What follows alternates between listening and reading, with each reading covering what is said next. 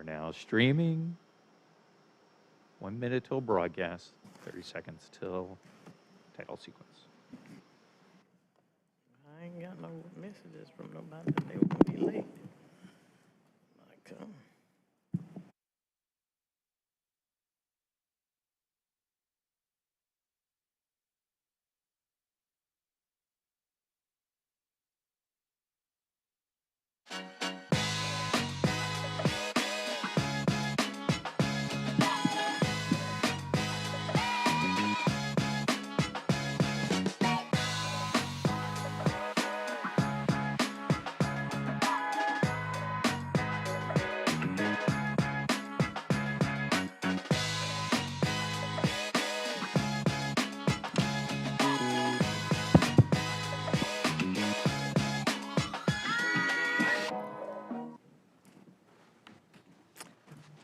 Happy Thursday, everybody.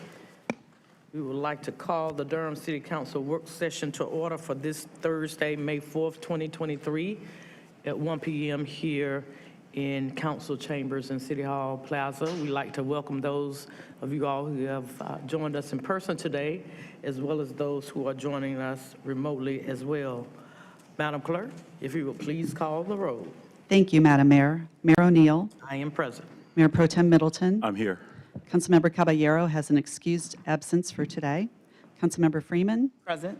Councilmember Holsey-Hyman. Present. Councilmember Johnson. Here. And Councilmember Williams. I'm present. Thank you. Thank you so much.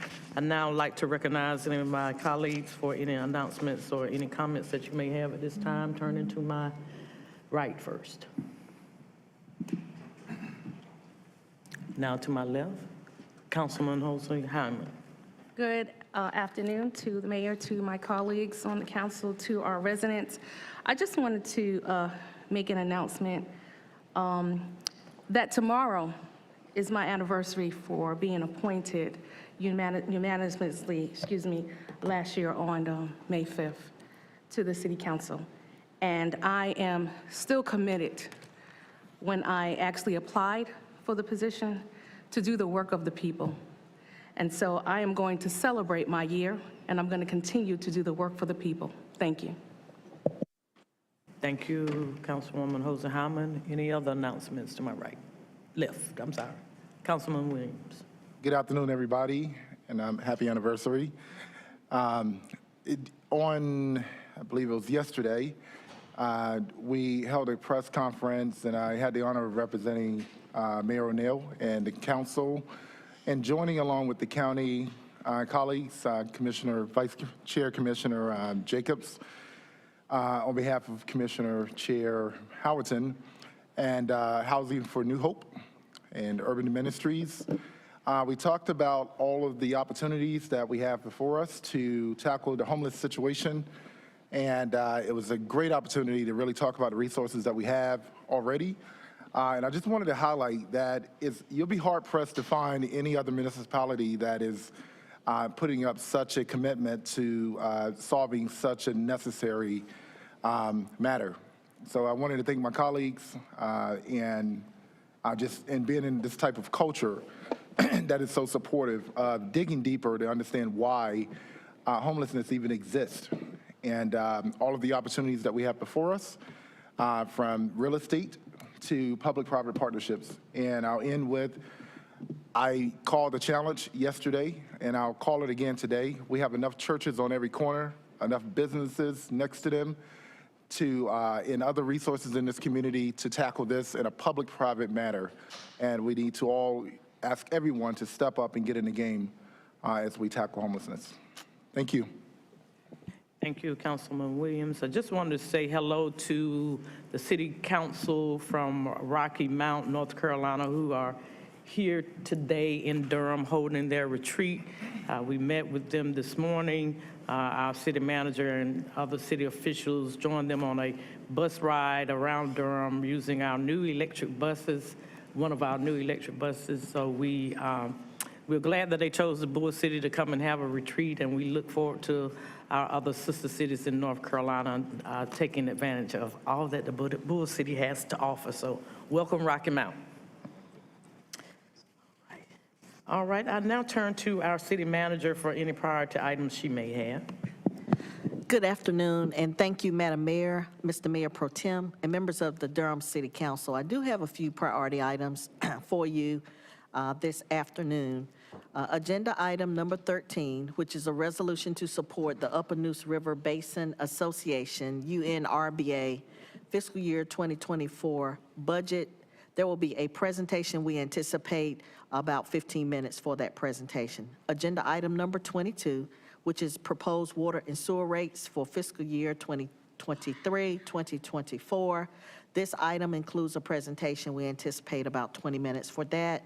Agenda item number 24, fiscal year 2023-2024, proposed budget and fiscal year 2024 to 2029 capital improvement plan. This presentation will be made during the May 15th City Council meeting. Agenda item number 26, 751 South, informational item. You will hear today, which is about 20 minutes, and a form, the deed for donation to the City of Durham, Appendix D, has been added to the utility extension agreement attachment, that is attachment G. Agenda item number 29, a related item, which is a public hearing, Consolidated Annexation 751 South, the form of deed for donation to the City of Durham, Appendix D, has been added to the utility extension agreement, attachment G. And finally, agenda item number 31, which is fiscal year 2024 stormwater rates. We have prepared for you a 10-minute presentation for this item during today's work session. Thank you very much, and that is all I have. Thank you, City Manager Page. You have now heard the manager's priority items.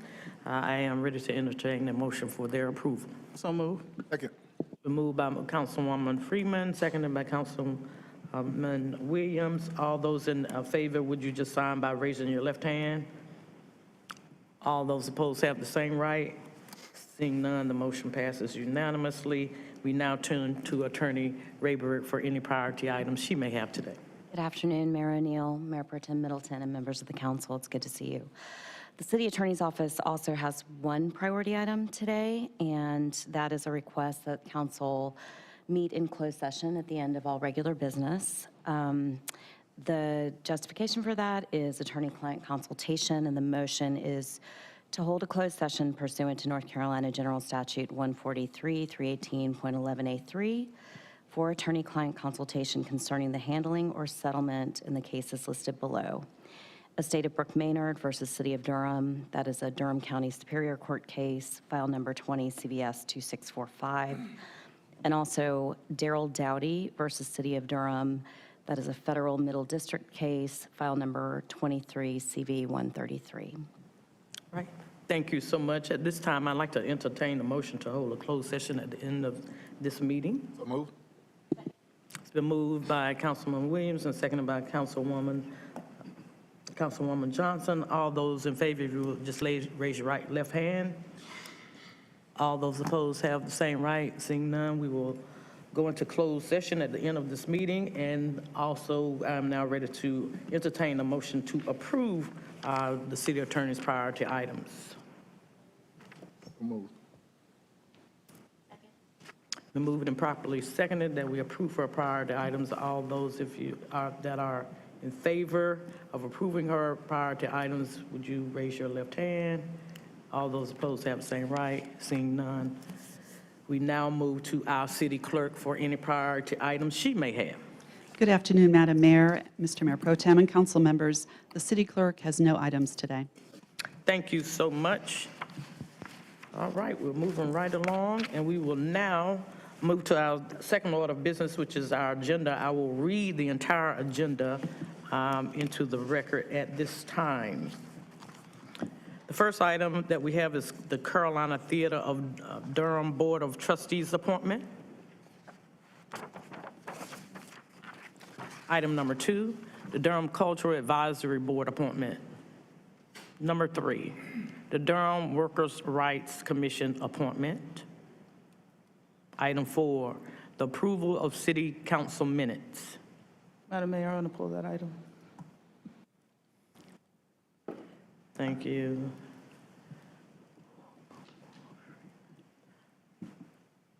Item 5, and we're beginning our departmental items. Item 5, the City County Planning Department FY24 Work Program.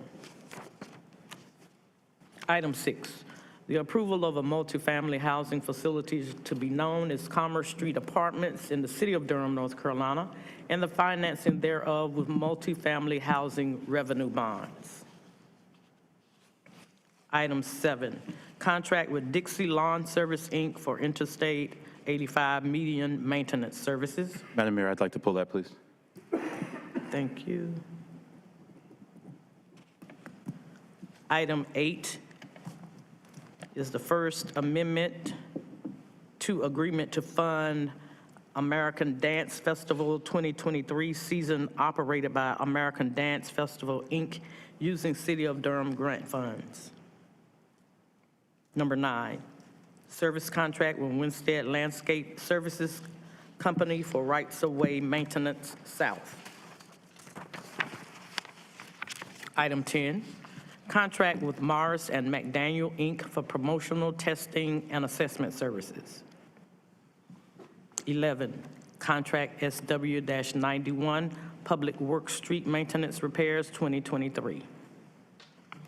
12, contract SW-91C, inspections for PW street maintenance repairs.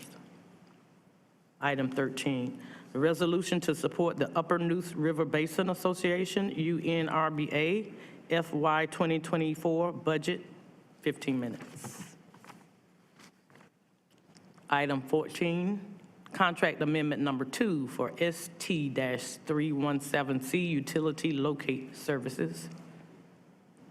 Item 15, contract BR-20C bridge professional services. Number 16, contract with Next Phase Solutions LLC for on-base maintenance and support. Item 17, the assignment of contract for the management and operation of the GoDurham access service. Madam Mayor, I'd like to pull that, please. Thank you.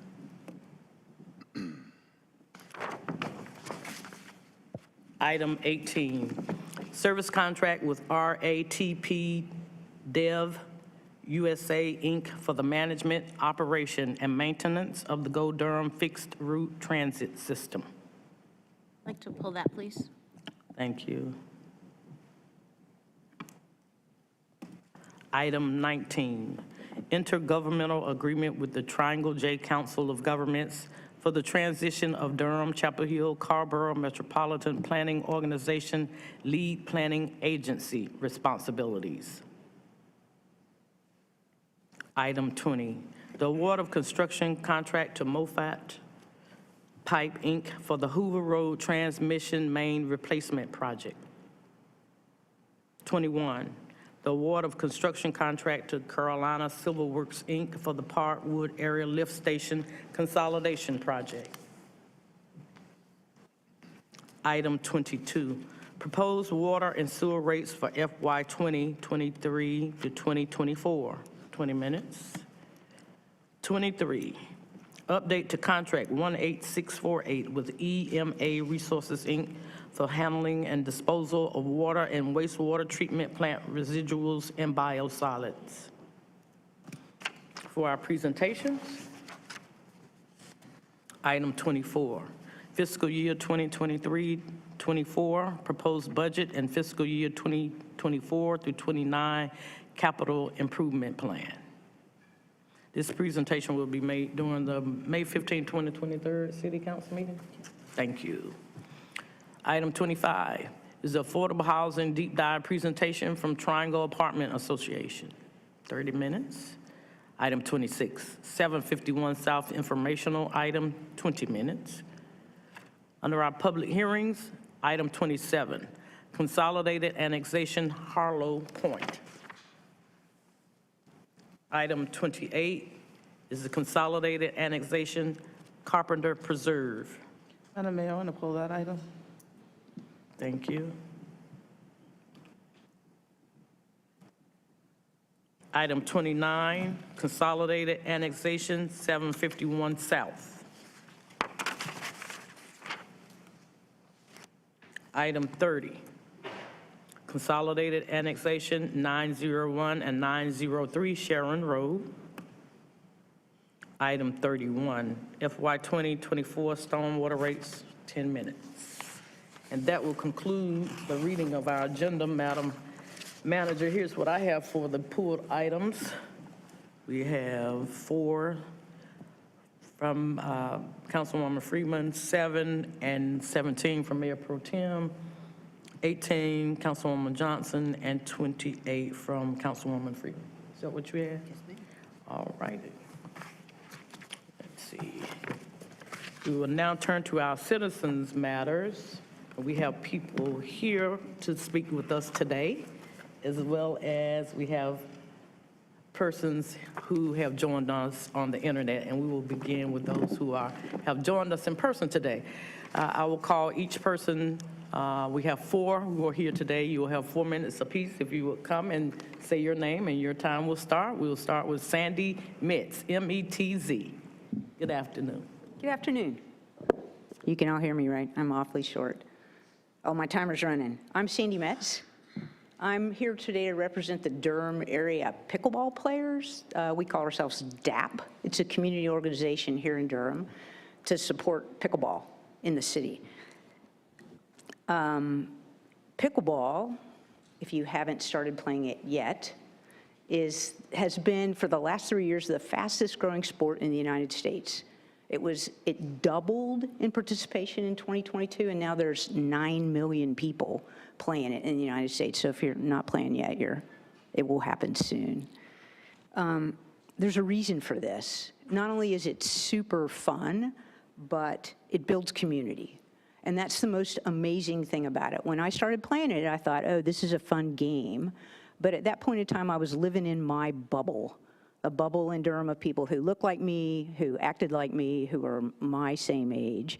And now every day I get to go out and play pickleball with people who are different in gender and race and religion, politics. It's an amazing thing that we come to pickleball for the fun, but we stay for the community. Now, mostly, we have to go to other places to play on dedicated courts. There's courts in Chapel Hill, there's courts in Raleigh. I go to Apex, I go to Holly Springs.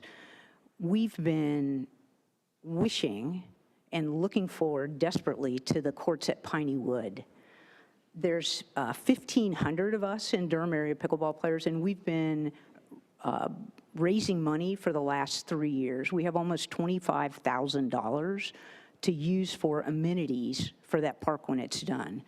Now, we're not big enough to do infrastructure like you guys can do, but we're gonna do shade and benches and court dividers and make it a place not just to play the sport, but where we can really hang out and build community. We know that the construction of Piney has run into difficulties and it needs additional funding.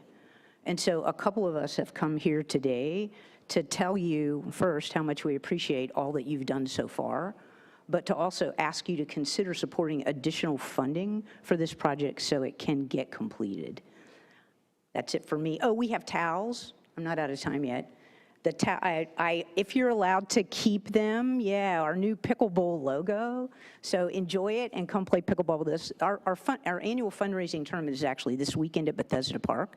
So if you want to see what this community looks like, come by this weekend and see what we're up to. And with that, I'm going to yield my last 15 seconds to Patty, who will talk about what's been going on at Piney Wood so far. Thank you all. Thank you so much, Ms. Patty Magland. I probably slaughtered it. You have 3 minutes of your own time, and we hope you will be followed by Ms. Heidi Wilson and Ms. Pam Andrews after that. Thank you. Thank you. Thank you for this opportunity, Mayor O'Neill and the rest of the City Council members. My name is Patty Magdalang, and I'm one of the leaders of the community organized and free drilling group that happens every Saturday at Piney Wood Park. This volunteer-run group has been practicing on Saturdays for years and draws veteran players and newcomers alike, as long as it is above 32 degrees and not raining. These folks are very motivated to get better. Pickleball is truly an inclusive sport. On drill days, we get anywhere from 20 to 40 players of all ages, abilities, and backgrounds. This sport offers a great way to stay active and socialize with others in a low-impact environment. Pickleball's accessibility and inclusivity make it a fantastic sport for anyone looking to get involved in a fun and welcoming community. The piney wood courts are old and worn out and can pose safety hazards for players. By investing in the renovation of these courts, we can ensure that players have access to safe and enjoyable facilities that meet the needs of this growing sport. We are very excited and grateful for the planned renovations to Piney so that players can continue this exciting and inclusive sport for years to come. We dream of Piney becoming a hub of pickleball in Durham, a place for the community to bond through play, and a magnet for out-of-town folks to come to tournaments and help boost the local economy. As tennis is to carry, we want Durham to be a hub of pickleball recreation and tournament play. To make this dream come true, we need your help. We are asking you to first allocate funding to complete the planned renovations on the courts. Second, consider working with the Parks and Rec to get funding so that the new lights at Piney can be on every evening. These lights have been installed, but this investment won't pay off without turning them on. And third, upgrade bathrooms to be accessible year-round. Currently, they are closed during the winter months, even though we pickleball players play year-round. So next, I'll hand it off to Heidi, who will give you some suggestions on how to fill in the pickleball gap while waiting for Piney to be renovated. Thank you. Thank you. Thank you for your time. Ms. Heidi Wilson. Good afternoon, and thank you for the opportunity that you've given us to come and talk about this important topic to us. I'm not a leader in the group. I'm just a lady that likes to play pickleball. I'm an older citizen, and we have found that this has been a really unique niche for us to look into. Before I get started, though, today at lunch, I was reading the Costco magazine. Yeah, that's the article in the Costco magazine. It's about pickleball. You're going to see this everywhere now. It is ubiquitous. But what I want to talk about is how is pickleball unique and how does it meet the needs of our community? The first is age. Most of us understand it's great to have the kids' sports, the soccer, the baseball, the softball, and all those. We need to encourage that. But what about the older people? What do we have for them for recreation? I'm way too old for tennis. I'm not doing that anymore. I'm not going to play soccer. I'm not going to play softball. But pickleball meets those needs. This morning, I was playing at Piney with a gentleman whom I hadn't known before, but you meet new people on the pickleball court every day. And he was telling me how, he was a good player too, how he was thoroughly whooped by a guy that was 94 years old. So clearly this spans the entire lifespan from childhood all the way through. And it allows those of us that are in our older years a chance to be physically active, to be engaged, and to enjoy each other's company.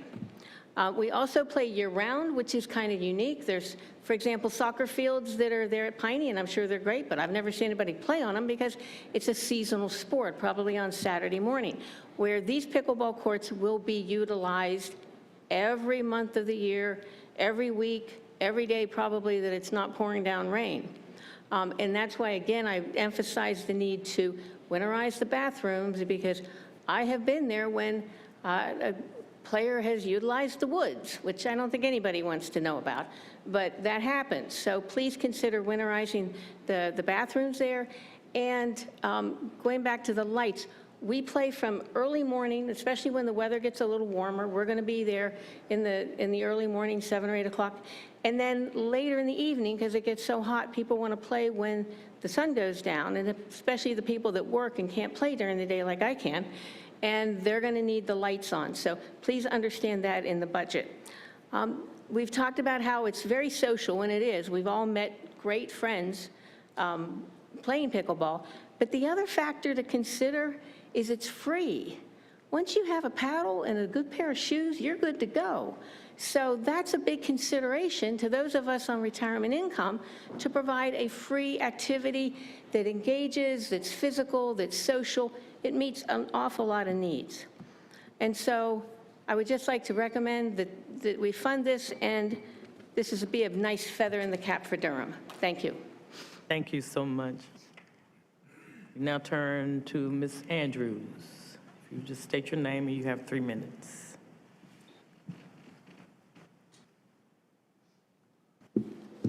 Good afternoon, Pamela Andrews, 6108 Wake Forest Highway.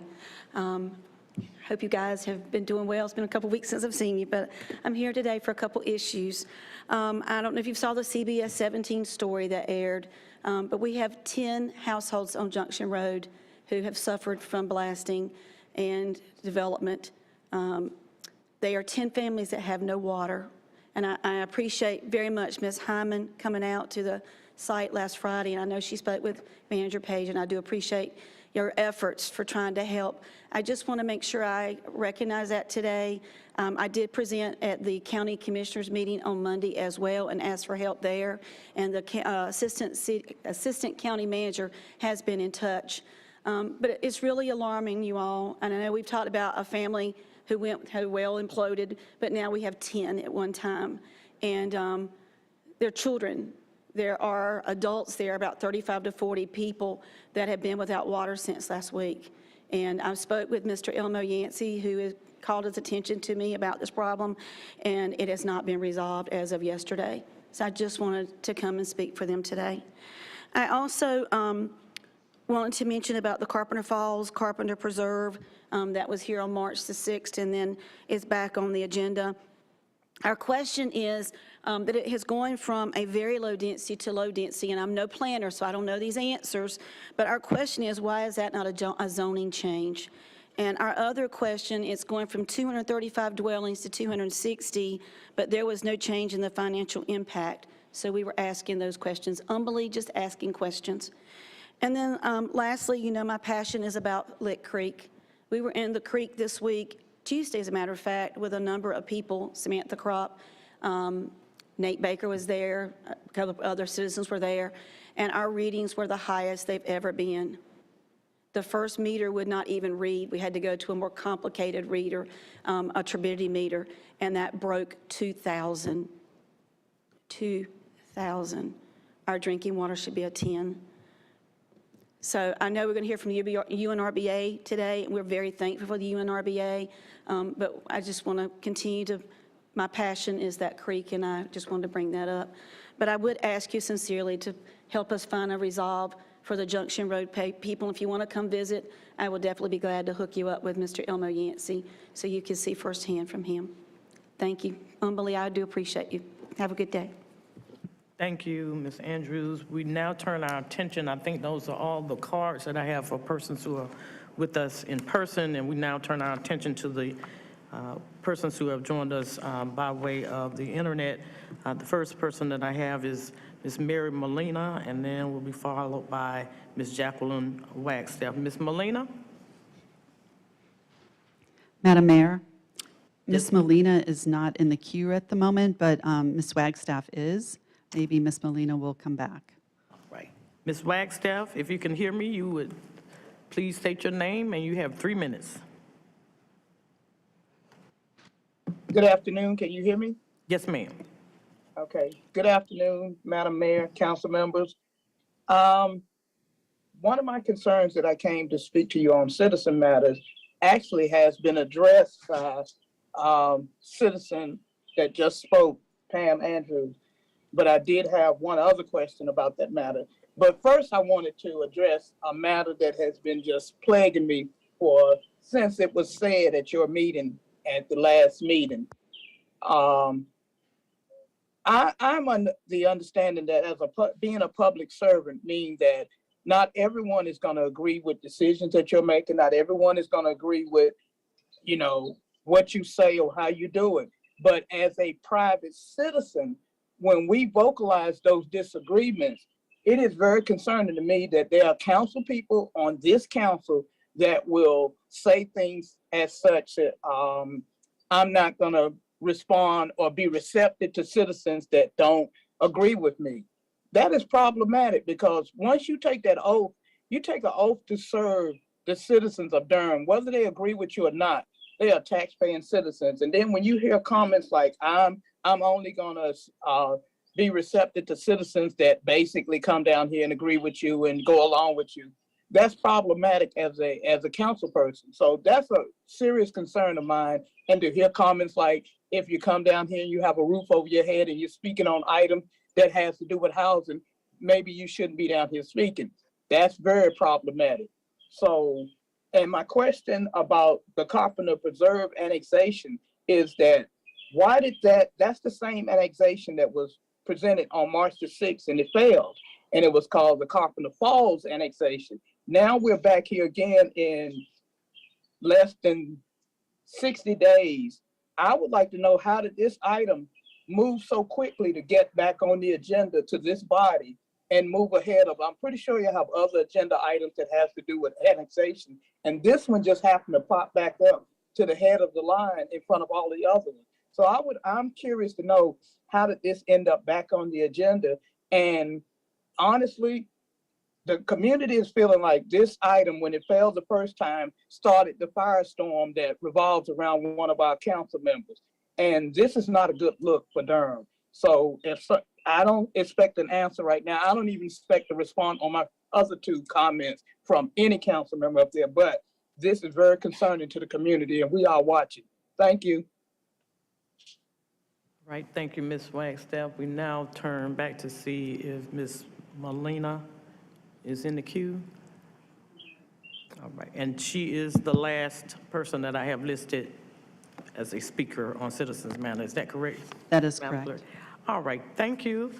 If she comes back on, we'll try to get back to her, but we will move along to our next order of business, which is to review all of the pooled items, beginning with item 4, which I believe is the approval of city council minutes, and that has been pulled by Councilwoman Freeman, and I will turn it over to you at this time. Thank you, Madam Mayor. I just wanted to separate out the March 23rd special meeting. Well, essentially the March 23rd work session and special meeting. I'm concerned. I'll pull it back up.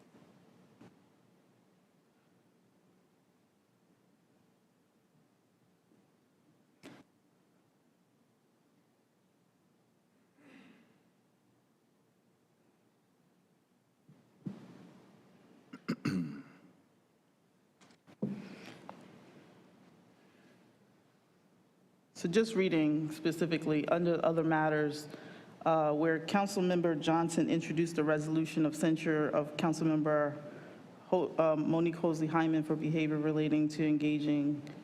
It's just a little convoluted, and I just wanted to get some clarity and make sure that it's clear how that came forward. And I wanted to track back to our city attorney and just ask, I don't know what's going on with it just keeps kicking out the no network. Track back to ask our city attorney how censure works in relationship to our council procedures versus what I guess you shared with the council. Good afternoon, Councilmember Freeman. So the only reference in the council procedures to censure has to do with violation of the council procedures themselves. So there is a process set forth for that instance of censure. Obviously, the censure in question in this instance didn't have anything to do with violating council procedures. That being the case, a censure as it is handled by an elected body is generally put forward by someone on the elected body, and there is a majority vote in favor or against the proposed censure resolution. So I'm not sure. That's helpful. Okay. Because then I want to make sure that there's either a reflection of, what I'm hearing you say is this is just like a resolution in place of the censure in a meeting.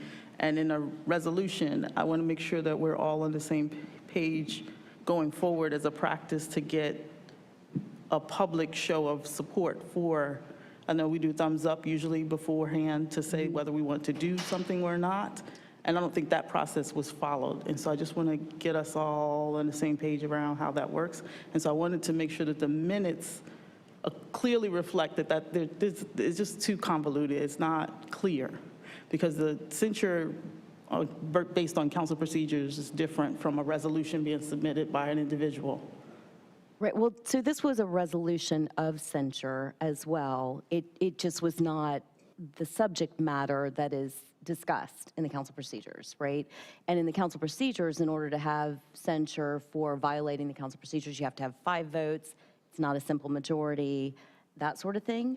But a censure in any instance is still going to be a resolution. It's basically like a written reprimand from the council to a council colleague. In a normal resolution process, we would bring it forward, have conversation, or at least there would be a thumbs up, thumbs down to move it forward or not. In this case, it didn't happen, and so I just want to make sure that that's reflected. Understood. Yeah, and I think the council has had some discussions about how it wants to bring resolutions generally forward to the body, and so I understand the distinction that you're making. Yeah. Madam Mayor, if I may. Mayor Pro Tem. Thank you, Madam Mayor. Good afternoon, ma'am. Good afternoon, honorable colleagues. The thumbs up, thumbs down process is for the appearance of the item on the next work session. It doesn't go to the item itself. And this process, there was an alternative process in small group meetings for the resolution, which superseded the thumbs up, thumbs down process. I don't want to create the impression for the public that it just appeared with no process whatsoever. There indeed was a process.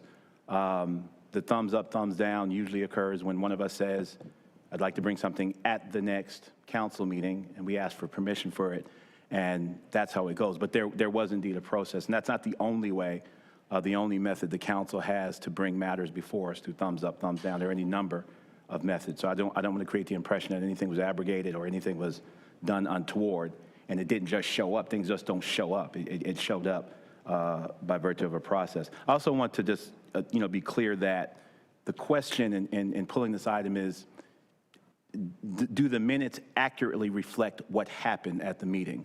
As an elected body, a duly elected body, we have to keep good minutes and records of what happened. The conversation as to whether or not, a process was followed faithfully or not, I would argue is a separate conversation as to whether or not do these minutes accurately reflect what was said and what happened. And I think they do at that meeting. Due respect to, any questions about process we need to have in the procedures committee or anything relative to that, I think is another matter. But I just want to be clear that the minutes do reflect what actually occurred at the meeting, as they're charged to do, as our clerk is charged to do. So thank you, Madam Mayor. Thank you for that. I appreciate that clarity. Just noting 2 things. The way in which we proceeded with an alternate model just sprung up essentially with the advice of our city attorney, and that the misconstrued information in the actual minutes is the following. Discussion involved removing the mayor's name. I'm sorry, I'm on the wrong page.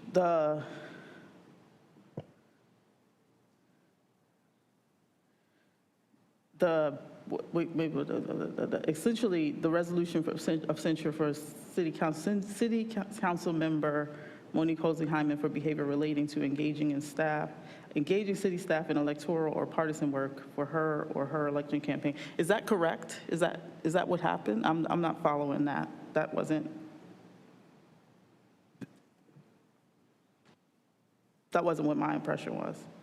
Because what I was under the impression was that we were going to actually do an investigation, and that there was actually going to be a process for that investigation to occur. And so bringing the resolution forward wasn't the issue. It was actually all of the rest of what occurred afterwards, was essentially just the kind of condemnation of a council member who had not yet been advised or given the opportunity to present her side of the situation. And so I just want to make sure that it's fully reflective that this process was very convoluted, and this is the process that has created a little bit of a storm around some of the things that have occurred in the last few weeks or last month, or what have you. And so I know there's been a lot of back and forth. We're trying to, move forward on this, but these minutes also create that same harm in not telling the whole story, essentially, and being clear that this process was very biased, and it did not give an individual an opportunity to respond beforehand. It didn't give an individual due process in actually addressing the issue, because it was already decided beforehand that the individual had actually done something wrong, as opposed to asking the question. So I want to make sure that I'm on the record stating I do not support the way that these minutes are written, and it is specific to that paragraph. And so I do want to make sure that it's pulled from, essentially from essentially moved to GBA. Councilmember, if I might, and I respect all of you, I respect all of your concerns, but it is inappropriate for a city clerk to offer editorial on what should have happened or if the process was fair or not. The clerk's job is to present an accurate record as to actually what occurred at the meeting. And by my reading, this is what occurred at the meeting. Your questions are important, and I think perhaps we should take them up at a subsequent, perhaps, procedural committee. Your questions are not germane to the integrity of the minutes. Your questions are about process and fairness and not liking how the process went, which are fair questions, and certainly you're right as a council member. But to conflate them with whether an inaccurate depiction of what it's on tape. We can go back and watch the meeting. My reading, this is what happened at the meeting. I think what you're bringing up is a separate conversation, fair conversation, and one that we should entertain, as a council member who has the right to bring it up. But what you're bringing up, I don't believe, is an issue with the minutes. This is something else we're talking about. I think the minutes accurately reflect, as they have for years, what actually happened at our meeting. Thank you, Madam Mayor. I believe that is your opinion, and I appreciate your opinion. But as I stated, I will not be approving these minutes, and I would like it pulled still. Right. Is there any other further discussion? All right. I have talked with our city attorney about the fact that we do need to have a much deeper conversation about process and procedures through our procedures committee on some of these items that are very germane to what's going on now. We've also talked about the fact that all of our policies at this point may need to be reviewed. So I am going to task Mayor Pro Tem, and I think Councilwoman Johnson is the co-chair of that committee, for us to have a meeting to discuss that charge. So we'll be looking at that, and hopefully we will be able to resolve some of those issues going forth. Meanwhile, we will go to the next pulled item, which is item 7 and item 17 have both been pulled by Mayor Pro Tem. Thank you so much, Madam Mayor, again, and colleagues.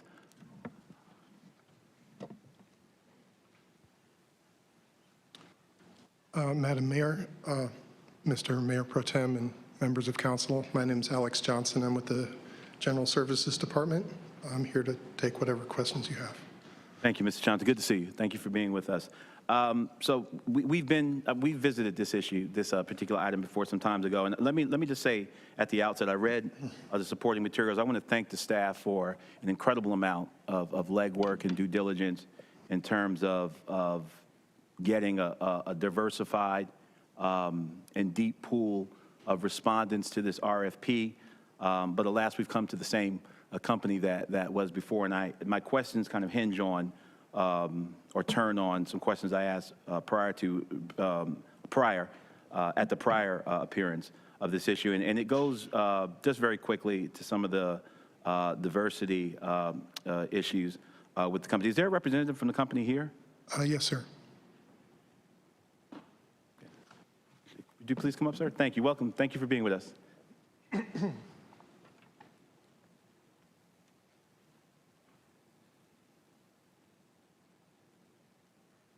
If you'll just state your name. Excuse me, I'm Jimmy McHenry with Dixie Lawn Service. Are you the president? Or? Yes, I am President. Thank you, Mr. President. Thank you for being with us today. Just a couple of quick questions. We emphasize and stress diversity in workforce and contracts here in the city of Durham. And when last this item was before us, I had some questions about your company's diversity in hiring, particularly because your company's been around a while. It's about 40 years old, your company? Yes, sir. We've been doing work here in the city of Durham since, I think, 1999. About 20 years in the city of Durham. And how many African-American employees do you have in your company at large? Currently, I think there's about 6 people working for us. Okay. 6. And I noticed in the stats for the group that's going to be working in Durham on this particular contract, none of them are African-American, correct? Not currently. Okay. But we currently do not have a contract here in the city of Durham unless this one gets approved. Okay. So, I mean, we did a little bit of work last year for y'all. We mowed that Highway 147 one time for y'all, and then that's all we've done last year. Okay. So. No, thank you for that. Staff, in one of the comments I read in the supporting materials, you talked about this particular stretch of highway presents some challenges because of speed and traffic, and these folk have more experience in working in those environments than we do. Have we ever serviced this stretch of highway as a city, our own people? Yes, we have. Was there ever an incident when we did it? We didn't encounter any incidents, but we have since lost our crash trucks that were part of that work zone setup. They were underutilized, and we went towards a contracting side where we would contract for lane closures, and that became cost prohibitive. So just to be clear, it was more of a capacity issue than a peril issue or our inability to work in that environment. Is that fair? That's fair. We didn't want to wait until we had an incident before we changed our approach. Speeds have increased on Highway 85. It was seen to be a safer and more equitable process, and especially when we were working with major staffing issues over the COVID period, we were having trouble maintaining staff levels that would have made it safe. Got you. Thank you. That's it. Thank you, Mr. President. Thank you for being with us today. Thank you, Madam Mayor. Thank you. Item 17 has been pulled by you as well. Thank you, ma'am.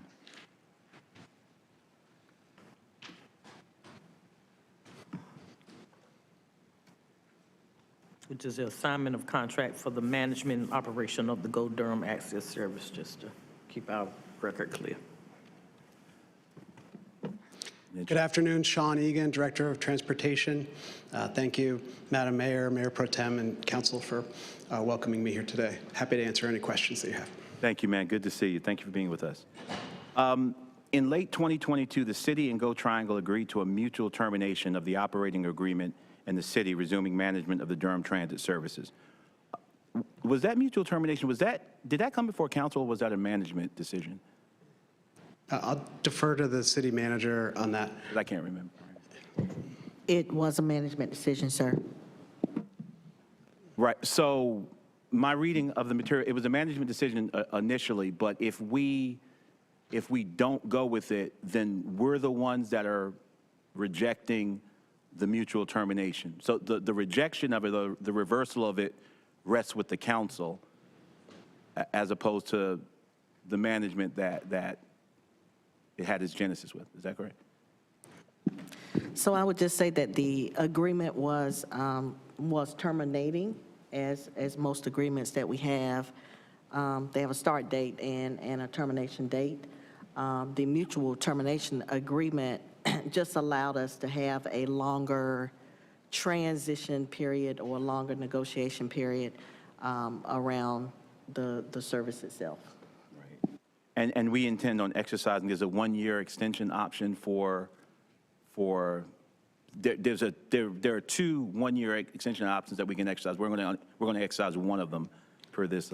That's the idea. The current base term expires on August 31st of this year, and we have the option to extend that by 1 year. And so the motion requests authorization for the manager to exercise that 1-year extension for continuity of operations. So on August 31st, all of the management and oversight of this relationship, this process will rest with us as a city. So there are a few different timelines in play here. The first timeline is the mutual termination.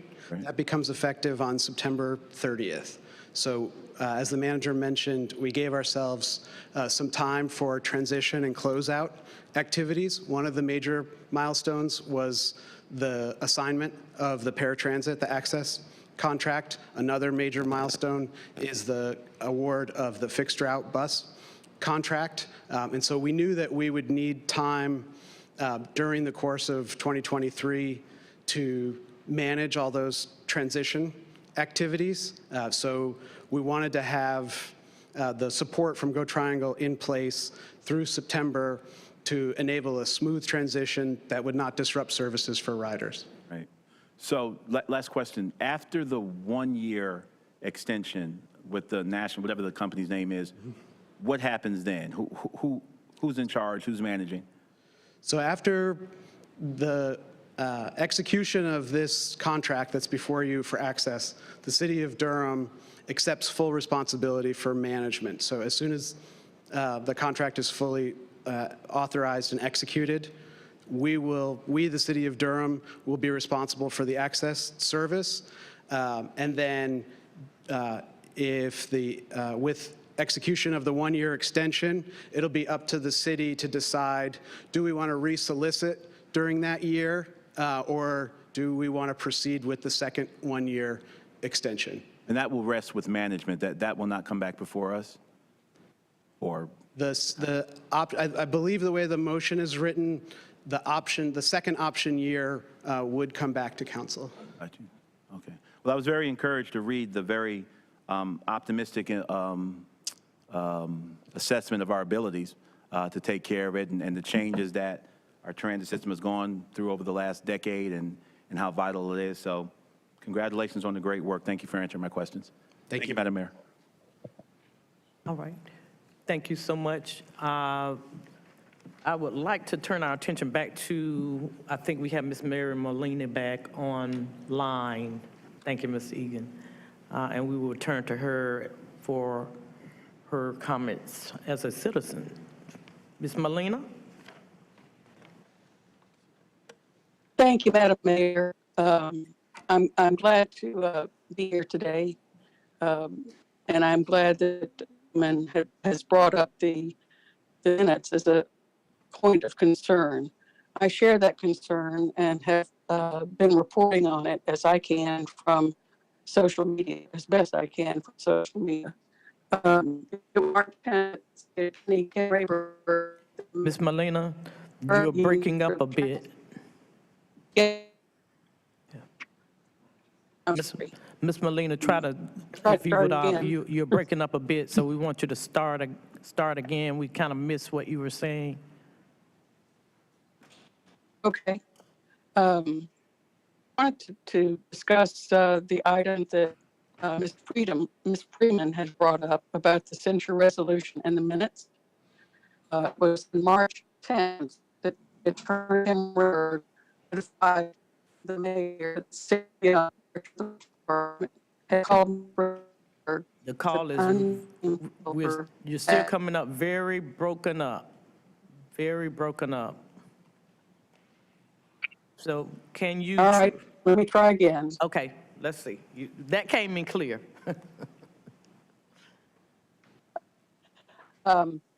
Let's try it again. I'm sorry. It was on March 10th, the city attorney notified the mayor.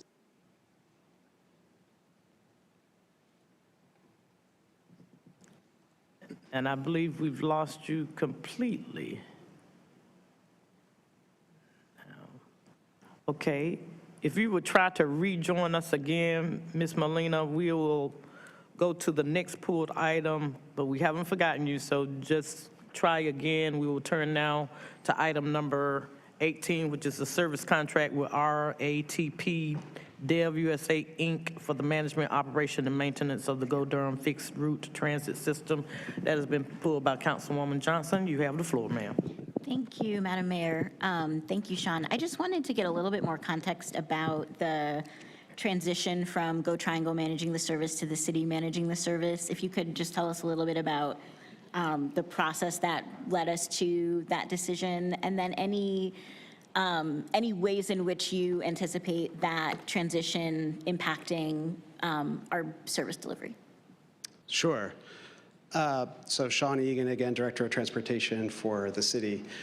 I'd say that we did what's called a comprehensive operations analysis in 2020 and 2021, where we brought in a team of experts and looked at how our system compares to peers and how we could improve the efficiency and the performance of our system. And one of the issues identified in that analysis was that the management structure with multiple layers of administration and responsibility made it difficult to have clear lines of accountability for improved performance.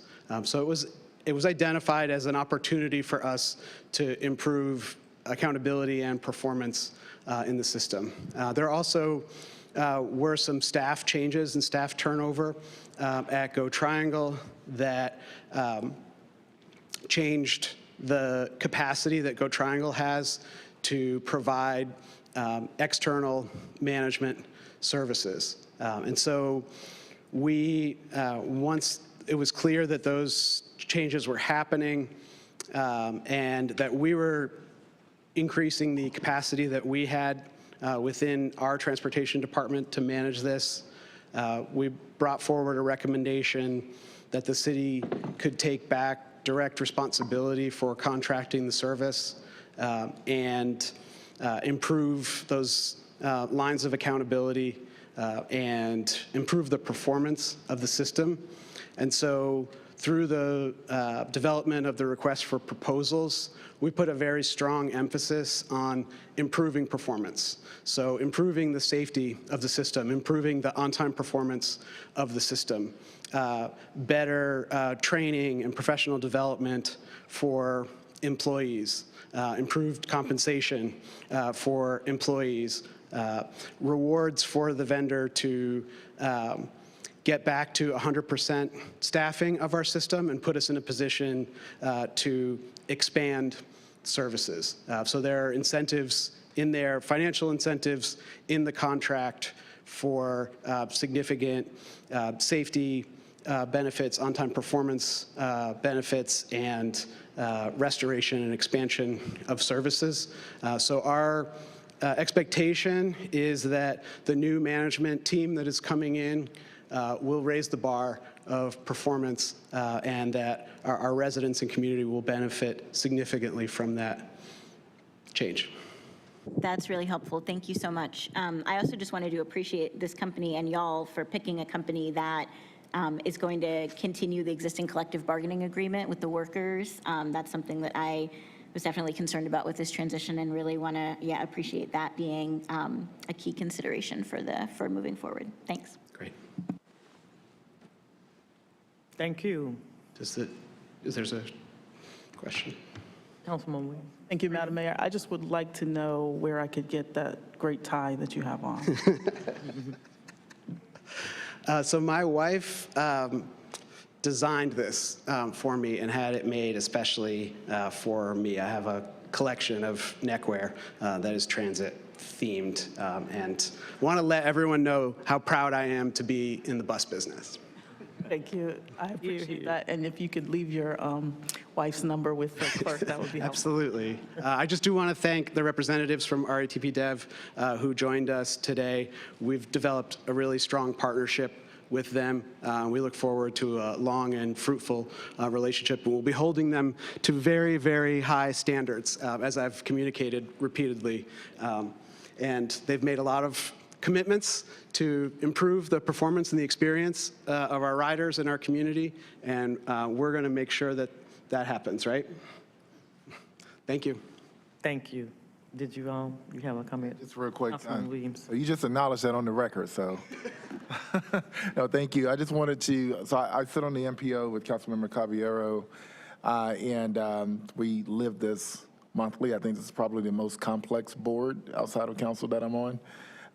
Thank you for the work. Thank you for working with the company that will, as Councilmember Johnson stated, acknowledge the rights of our staff, employees that still be able to stand for themselves. Councilmember Hosey Hyman and I were in the bus station, and a driver came up, and it just feels good to be accessible. And before, it appeared like we had two middlemen, and we were so far removed from our staff, but yet they're our Durham residents and Durham employees, so, and we all work together. So this is great, and I want to commend you guys for doing that. Thank you. Thank you. Thank you. I too want to offer my thanks and congratulations for a job well done to Mr. Egan and his staff. I sit on the Go Triangle board, so that can be a little contentious at times. There's a little bit of, friction between boards, and so I walk a very fine line, but I have watched our staff navigate this new space fairly quickly too. This required a lot of attention, and if you look at our agenda, you can see the kinds of monies, taxpayer monies that are involved. And so we thank the Transportation Department, as well as I know our attorneys had a lot to do with that. I've talked with our city manager about some of the things that are going to be a part of this contract that are really, really good items. So I am looking forward to this transition, and I think it's going to be great for Durham and, more importantly, for all of our riders. So thank you all for a job well done. If I may, I just want to recognize, if he could stand up, Brian Fahey, our Mobility Services Manager, is really the person responsible for this being before you today. And Brian did an extraordinary job, and I'm very grateful to Brian for all of his dedication and work.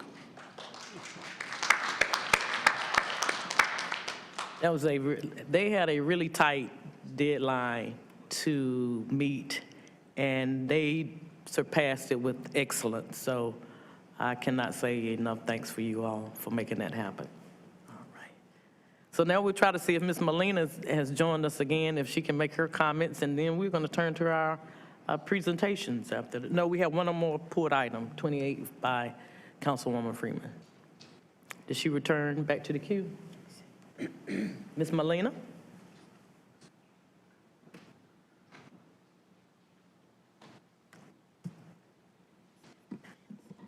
Do you see her, Madam Clerk? I see Miss Molina in the queue. Oh, she is unmuted Yeah, now. here. Here she is. All right. Okay. All right, Ms. Molina, your 3 minutes. Here you But go. third try is the charm. I appreciate the patience of the council with a bad connection here.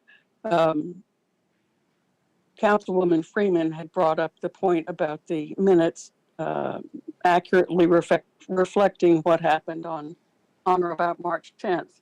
That was when the city attorney was notified by Sarah Young that an unnamed property developer had alleged an attempt to extort him. And it was also during the same work session that Councilwoman Johnson shared a resolution to censure Councilwoman Hyman after a city staffer offered to volunteer on her behalf. But there's been no further action on the resolution to censure. Neither the mayor nor Councilwoman Freeman showed any support for the censure, and both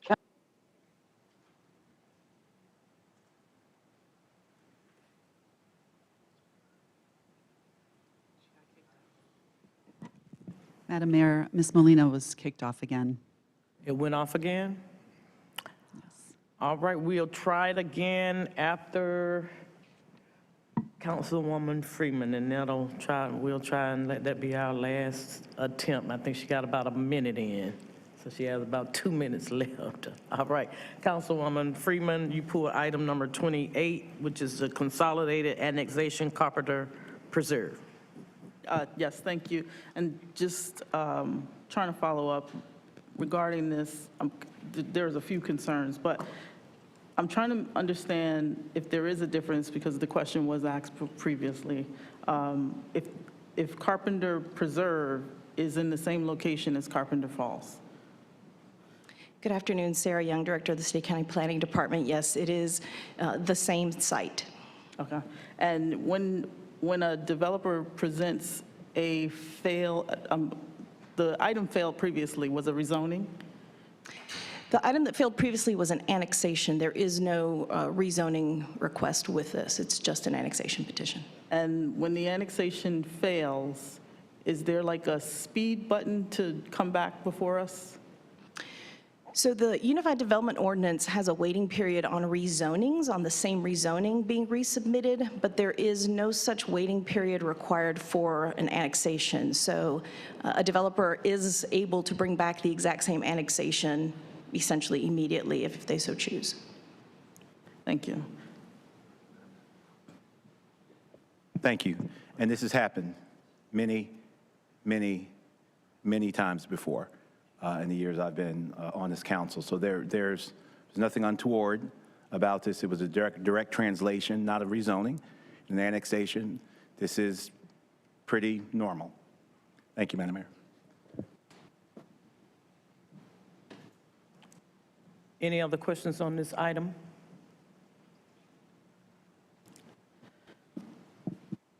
We'll try to turn back to Ms. Molina for our last attempt. Ms. Molina, are you there? I am here. Okay. We're gonna try it again. Somehow or another, I'm going to try it. it keeps going I out. understand. Well, maybe topic. I'm concerned that there's been no further action on the resolution to censure Councilwoman Hyman. Neither the mayor nor neither mayor nor the Council Freeman showed any support for the censure. Both Connell and Williams have since been quoted as saying not support the censure. The only Councilman Caballero and Johnson essentially yes, but why hasn't the president been brought to a vote one way or another? Why is it left hanging over Councilwoman Hyman's head? All right, Ms. Molina, it has gone out again for some reason during your talk, your comments, it goes to someone else. A Paola Rowland is what we're seeing. That's the clerk. That's the clerk, right. So somehow or another, what I'd ask for you to do, if you would submit your comments to us in written form so that they can be included in the official record. Since you started those comments, we would very much appreciate if you would submit those comments in written form. And I don't see her any longer in the queue, so I would ask Madam Clerk if you have any contact information for her, if you would let her know that. Okay, all right, thank you so much. I think that will conclude all of our pulled items, and we are now going to start with our presentations. We have a couple of presentations this afternoon, starting with item 24. Is there someone, I think there's one in the middle of, wait a minute, it may not be 24, let us check. Oh, it's 22, right? Is that the first one? The proposed water and sewer rates? Yes, that will be the first item for presentation. Item 22 with Mr. Don Greeley. Going to tell us about our proposed water and sewer rates for FY 2023 to 2024. Mr. Greeley, you have the floor. Good afternoon, sir. Good afternoon, Mayor O'Neill, Mayor Pro Tem Middleton, and members of council. Don Greeley, Department of Water Management. I'm here today to talk about the water and sewer rates for next fiscal year. Before I get started, I'd like to thank my staff for all the hard work that they put into this, as well as the finance department, Tim Floor and his team, as well as Raftellus Financial, which is the city's consultant. The three entities work closely together to input all the information that needs to go into the long-term 10-year rate model that we update every year. And I'd also like to thank the city manager's office for their input into the item before you today. Quick overview of the utility. I'm not going to read everything here, but I would want to point out the last two bullets. As the city of Durham continues to grow and we have more residents to serve and more accounts, that does play a big role in the rate model as we have additional sources of revenue, but also additional costs to serve those residents. But it certainly has a big impact on keeping our rates affordable. As we have done in prior years, we'll first talk about objectives and strategy and key issues, talk a little bit about the capital improvement program and the customer consumption, and then talk about the rates themselves.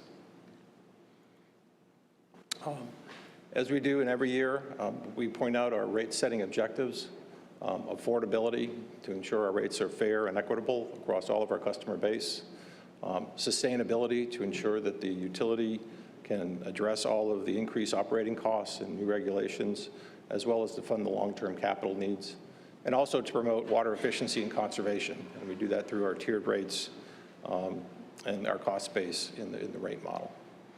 But certainly, front and center and foremost is affordability with our customers. The tiered rates that we have empowers our customers to manage cost. We look at our long-term using the 10-year model to make sure that we have a long-term model to make sure that our rates are affordable and as low as possible, especially in the lower tiers. And we want to make sure we have programs to assist our low and fixed income customers. As you can see the graph, now that we've reached almost a little over 100,000 in our customer accounts, it's an easy math to see that when we look at our tier 1, tier 2, and tier 3, that's almost 75% of our customer base. And if you look at the rates that we have projected forward and the slow increase that we see rates over time, we feel that we are meeting our goal of affordability by keeping those rates as low as possible year after year. Quickly talking about affordability, of course, what's first and foremost is the economic situation now that we have in our community and across the country. And it's certainly important that we are able to work with our customers as they have issues in and around paying their water bill. Certainly we allow for flexible payment plans whenever a customer needs it. That could be something as simple as, hey, I'd like to pay my bill next Friday instead of today, or it could be, can I spread my payments out? Or to assist them when they're having trouble paying for their water bill themselves. The city sponsors through the general fund a hardship fund of $150,000 annually. And it helps create a clean slate for our customers when we're able to utilize those funds. We're also able to use their other resources in the community to help our customers pay their water bill. On the water, this is where we are to date. Out of the $150,000 that have been allocated through the general fund, over 1,200 households have been able to take advantage of the water hardship fund for almost $90,000, and we expect almost $40,000 to be spent to the remainder of the fiscal year. Did want to point out that in prior years, the council has adopted additional funding for the hardship program, but because there have been other sources of revenue outside of our programming, such as the one here, the low-income house, the water assistance program, it's been, certainly you can see the impact that that program has had, but that's a temporary program that was offered across the state, and that will be expiring later this year.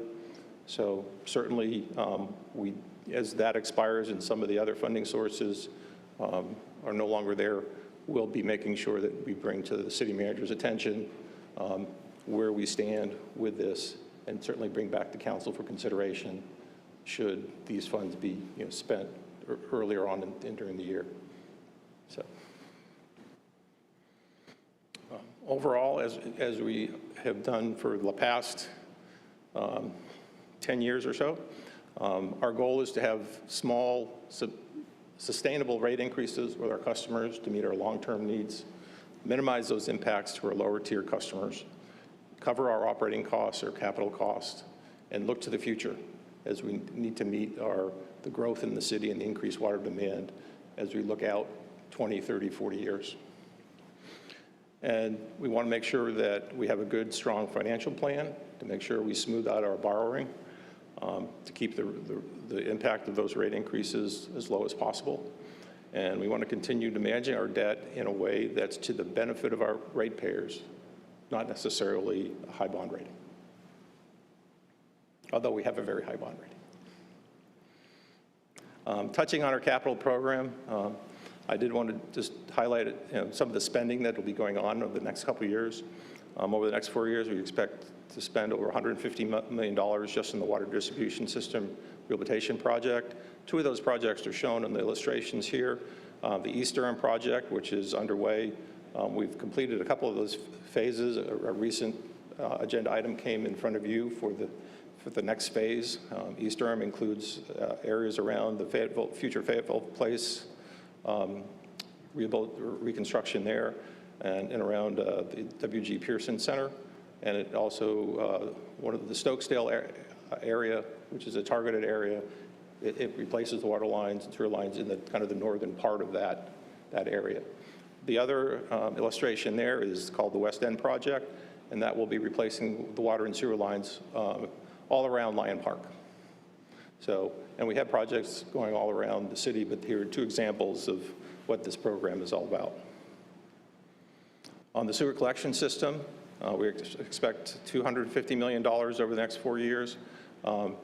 Same projects I just mentioned, also we'll be placing the sewer lines in those areas, but we also have an issue about making sure that our infrastructure is capable of meeting the development needs of the city, especially with a new comprehensive plan. This illustration is shown down in the southwest part of our city.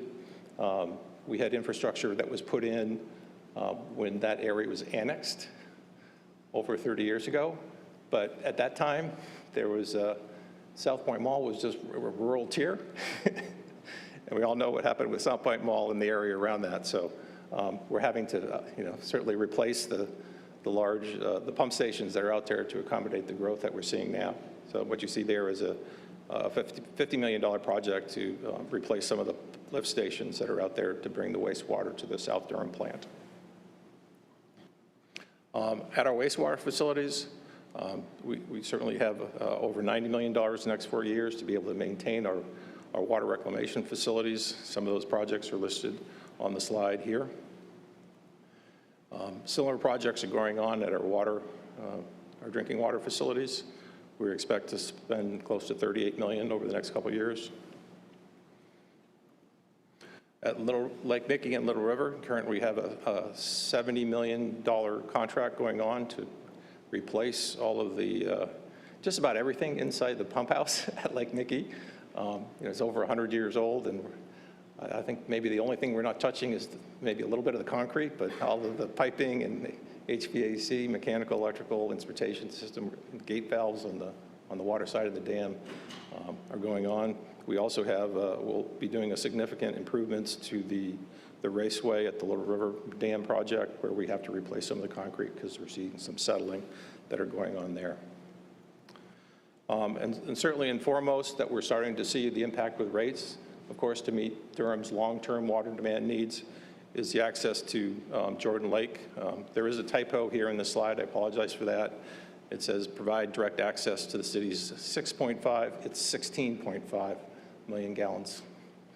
But this is a new intake on Jordan Lake, and a pump station, treatment plant, and transmission lines back to Durham. Of course, we're doing this with our Western intake partners, Pittsboro, Chatham County, Orange Water and Sewer Authority.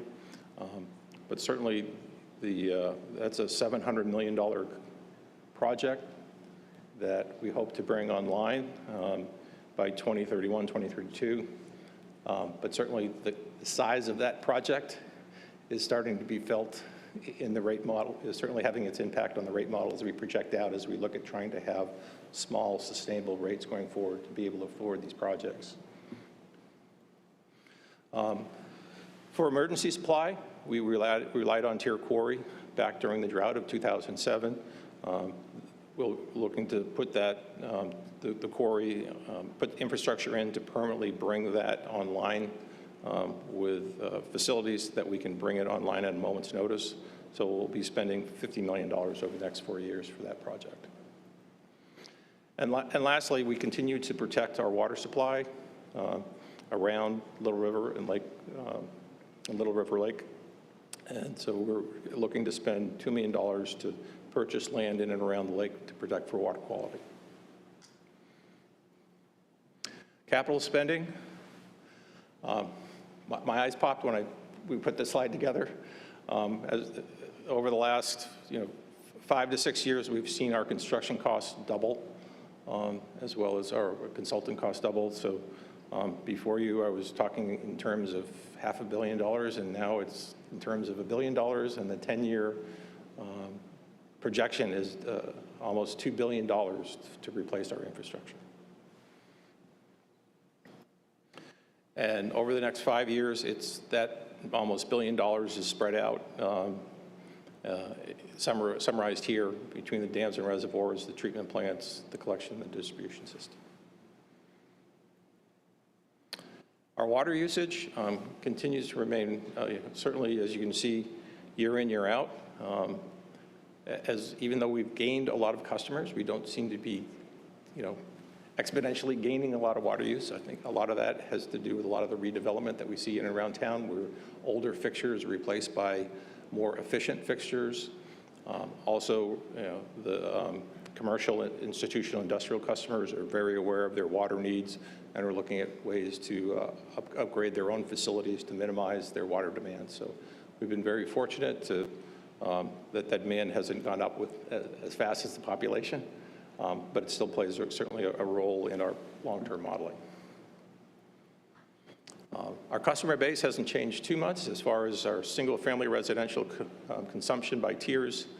A majority of the water is consumed, as you can see in the slide, by the first 3 tiers, where we almost have 87% of the water is consumed for single-family residential in those bottom 3 tiers, which further emphasizes why it's important to look at affordability for those bottom 3 tiers.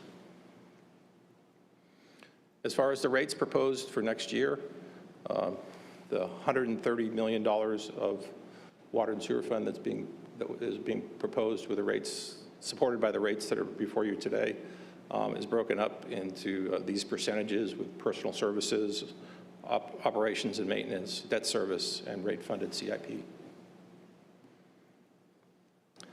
From a projection, this shows the blue line, well, this shows the operation, maintenance, and personnel costs is in yellow.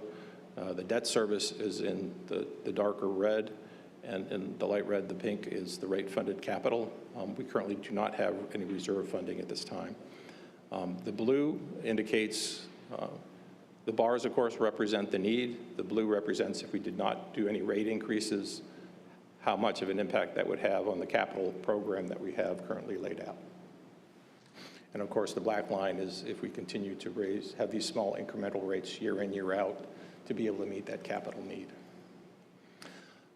The rates that we're proposing for FY24, modest increases to both the service fees and consumption charges on all the tiers.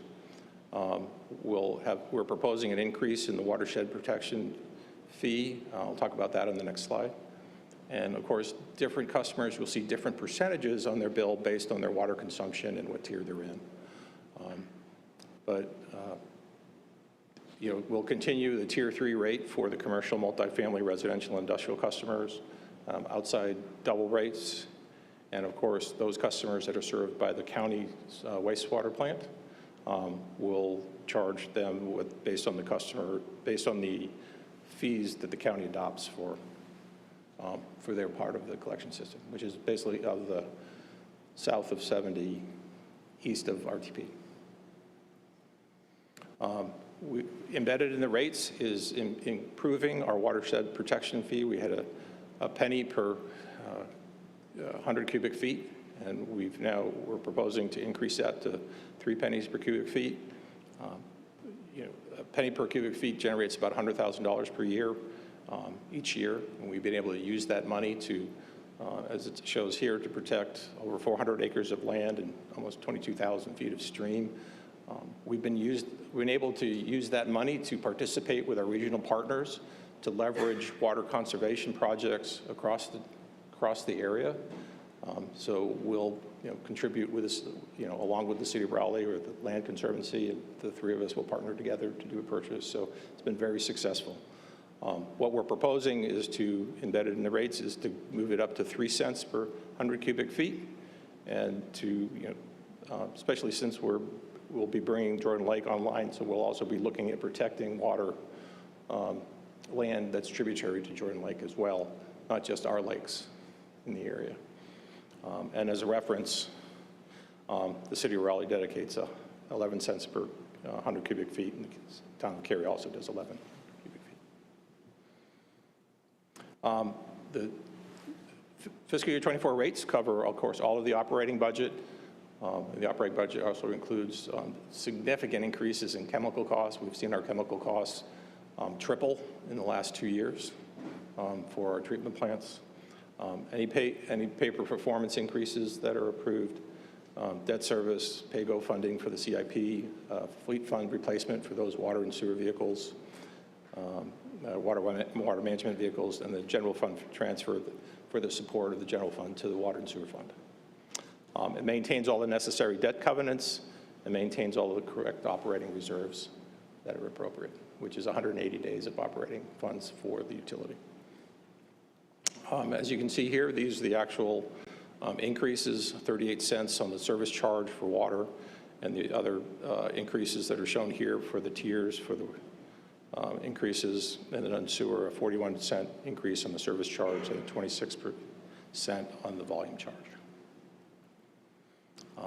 Comparisons, as you can see here, the tier 1 customer, our average customer in tier 1 is paying $25.61 per month, and that'll be increased by $1.20.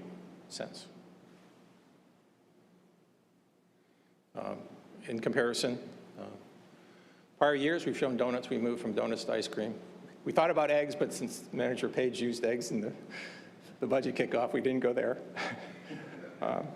But it shows, that you can buy a 20-ounce bottled water at the market or a convenience store from around $1.20, which equates to the increase of that we're proposing for the tier 1 customers per one, just for comparison, or at $14.40 per annual increase. So once again, we think it's a modest increase. The impact that we have to our commercial accounts, the smaller commercial accounts for a 5-inch meter, 1-inch meter, and 2-inch meter are shown here.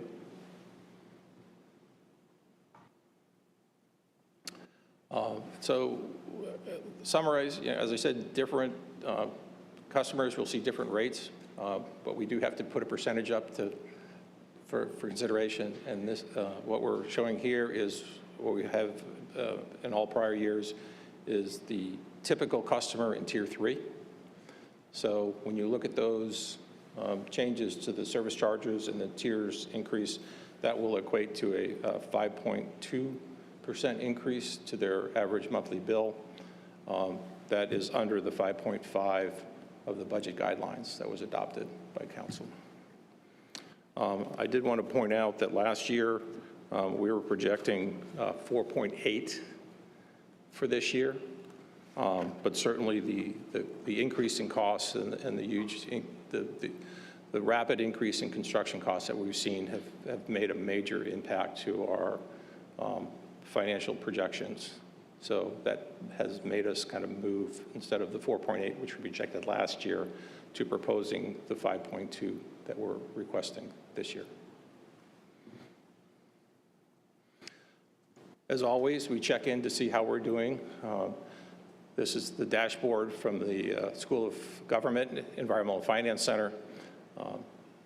And this is showing similar accounts, so similar size utilities across North Carolina. When you look at a 5,000-gallon combined consumption water bill, how we stack up against those utilities.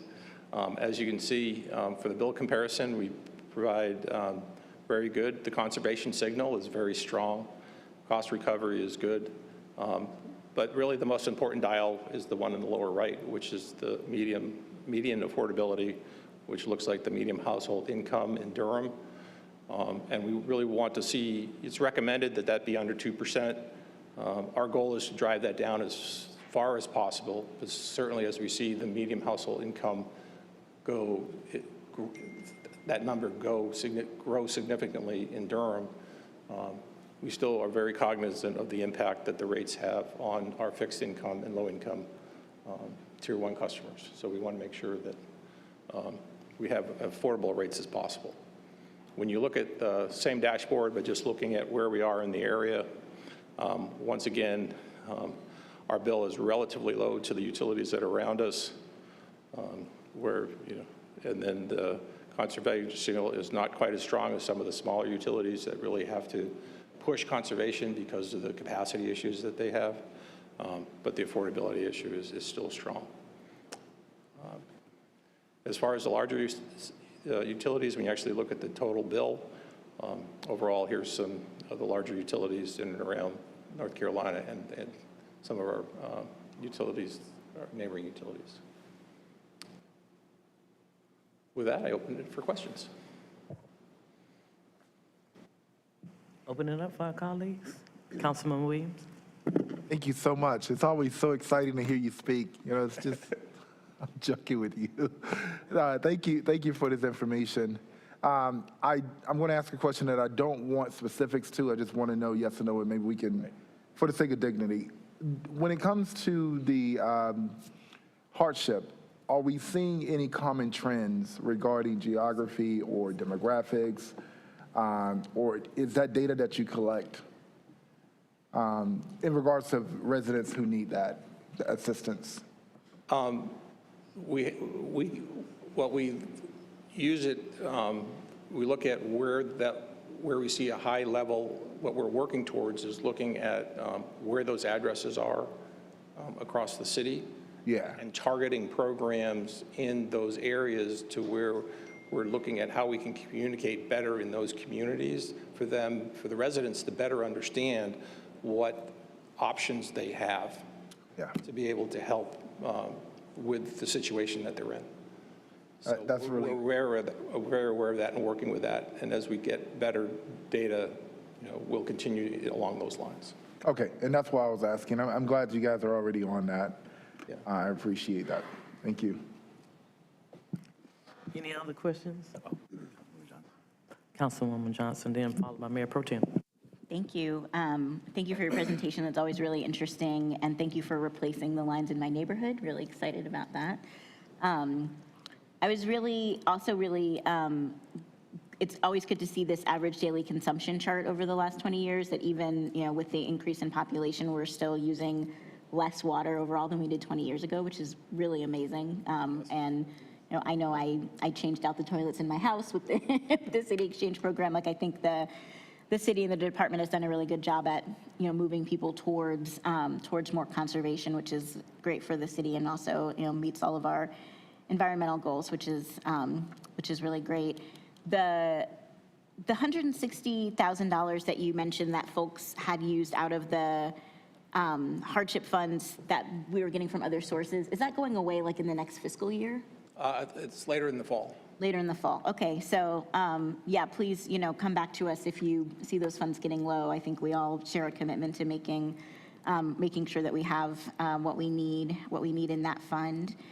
And I don't know where you're getting dollar cones, ice cream cones. Can you let me know? Where does ice cream cone cost $1? Because I want one. When my staff brought this forward, I asked the same question because I wanted to go there. My last ice cream cone I got was at least $4, but if they know a place to get good ice cream. But I was told that if you bought it at the supermarket and bought your cones and the ice cream at the supermarket. Gotcha, okay, that's what I'm missing. But this just doesn't taste as good if someone, okay, Yes. Okay, I gotcha. I had high hopes too. Thank you. I appreciate how this is like really technical information, but is, designed in a way that I think it's really understandable. And we're looking at some increases in the out years, and we need to know that now and get ready for it. Thank you. Thank you, Madam Mayor. You take away the donuts, and then you disrespect lactose intolerant people. Bad that that's We'll work on that next year.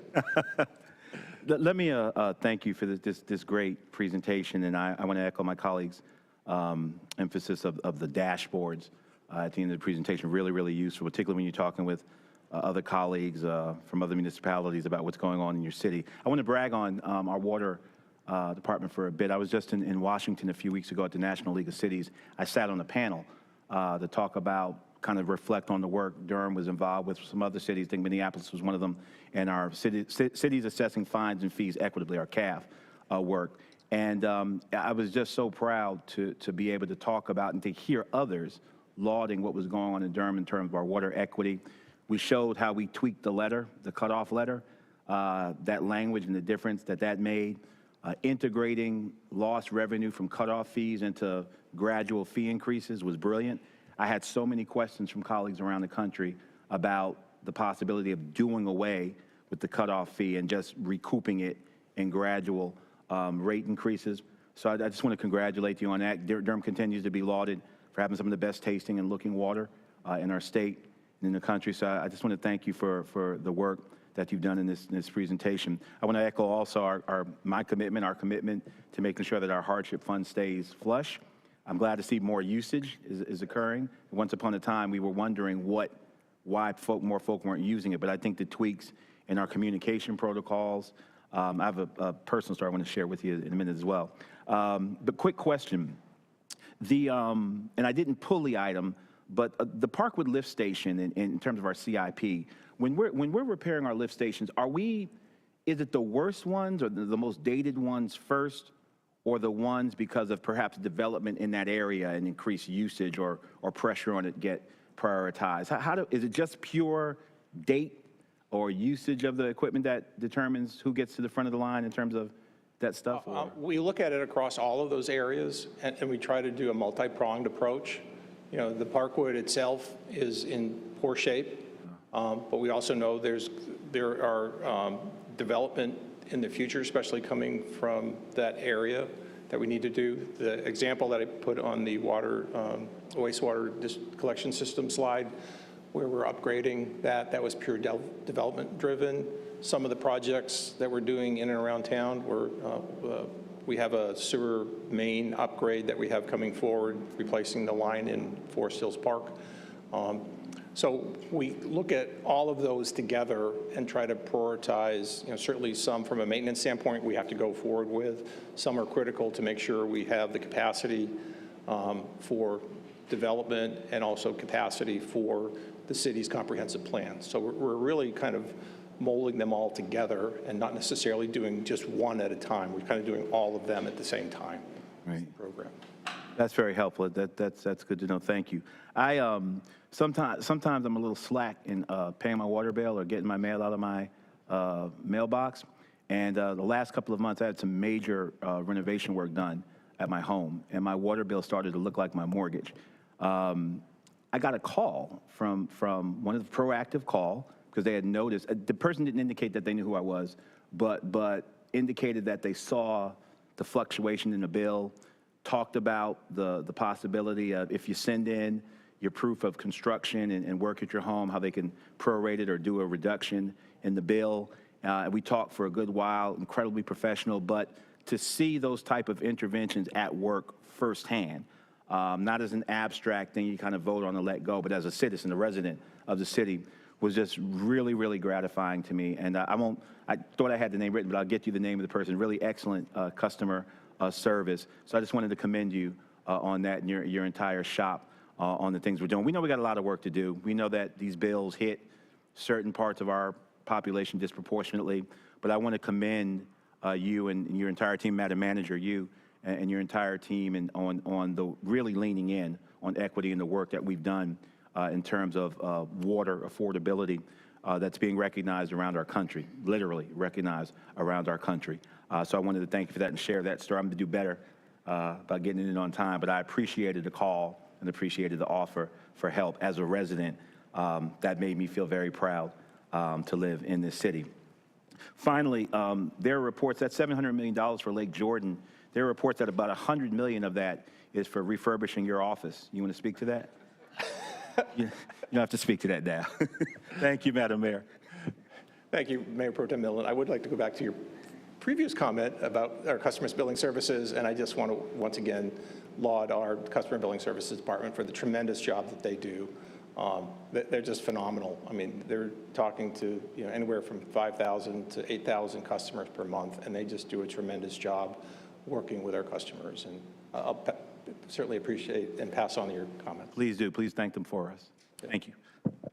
Thank you, Mr. Greeley, so much. The city government itself is such a wide and varied range of expertise, but I have to be honest that I am fascinated by what you do and what the water department and management does. So I'm coming out to see you in about a week or so. We're looking forward to having you. I'm going to pluck your brain a lot. It's just, it is really fascinating what you do too, and what has to be done to make sure that people can turn on the faucet and get clean water or flush the toilet. So I'm looking forward to it. Yeah. Right, so thank you for everything and for all the great work you're doing and have done. I understand that you have been here a long time, and so we hope that you will continue to be here. Right? Thank you. That kind of expertise you just can't, just can't be grateful enough for.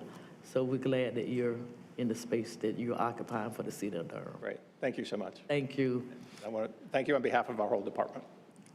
Thank you. Thank you all. Woohoo! We have clean water. Some of the best in the state, everybody. We have been nationally ranked.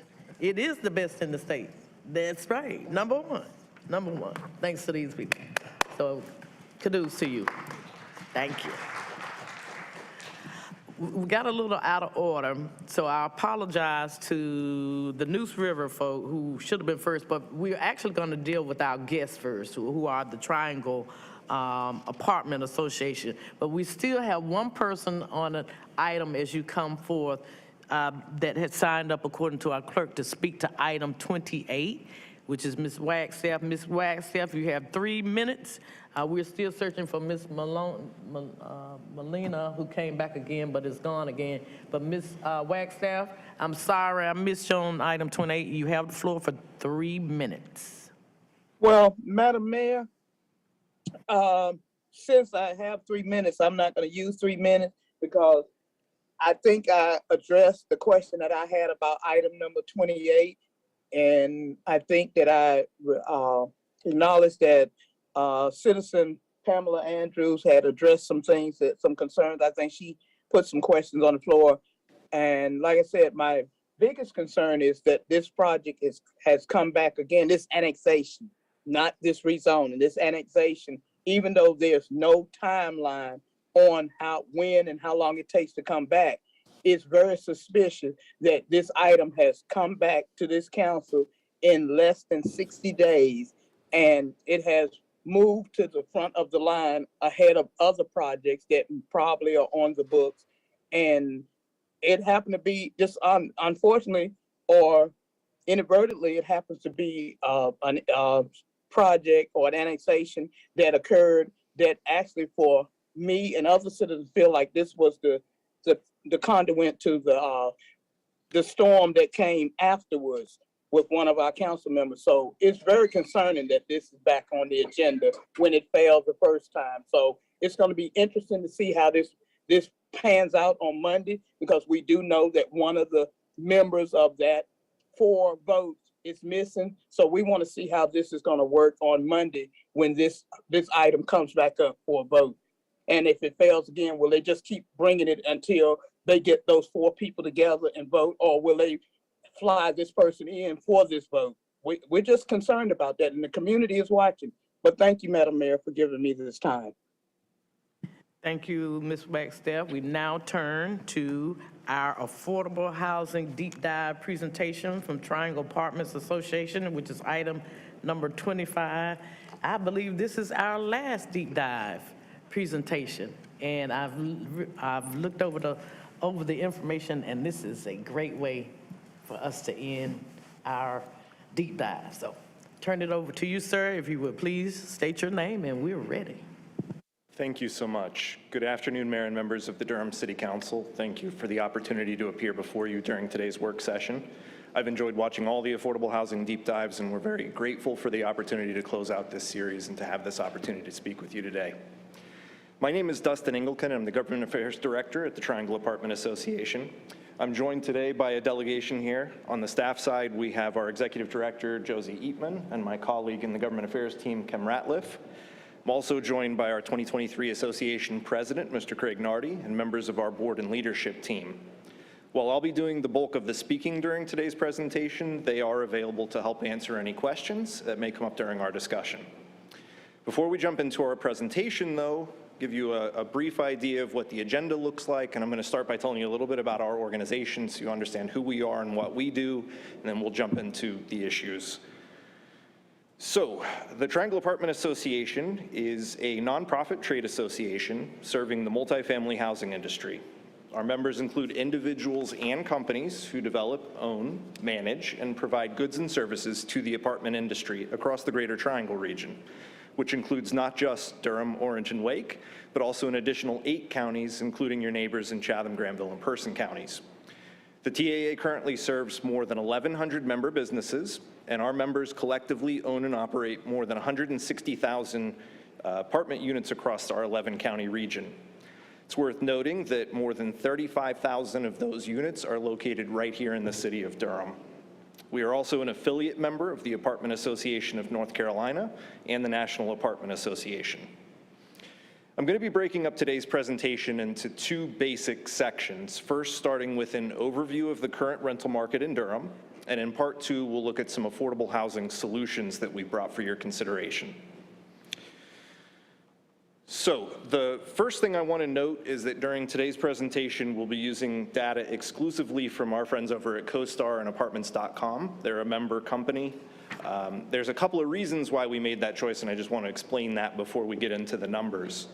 So first of all, I review a lot of data and reports from sources across the country and across the region, and everybody has a little bit different way of calculating their numbers. And so for consistency's sake, we wanted to stick with one single source so that there's no confusion or clash between the numbers. Simply put, I just want to make it as simple as possible, but understand that these numbers are going to vary slightly depending on what source you're using and how they're calculating them.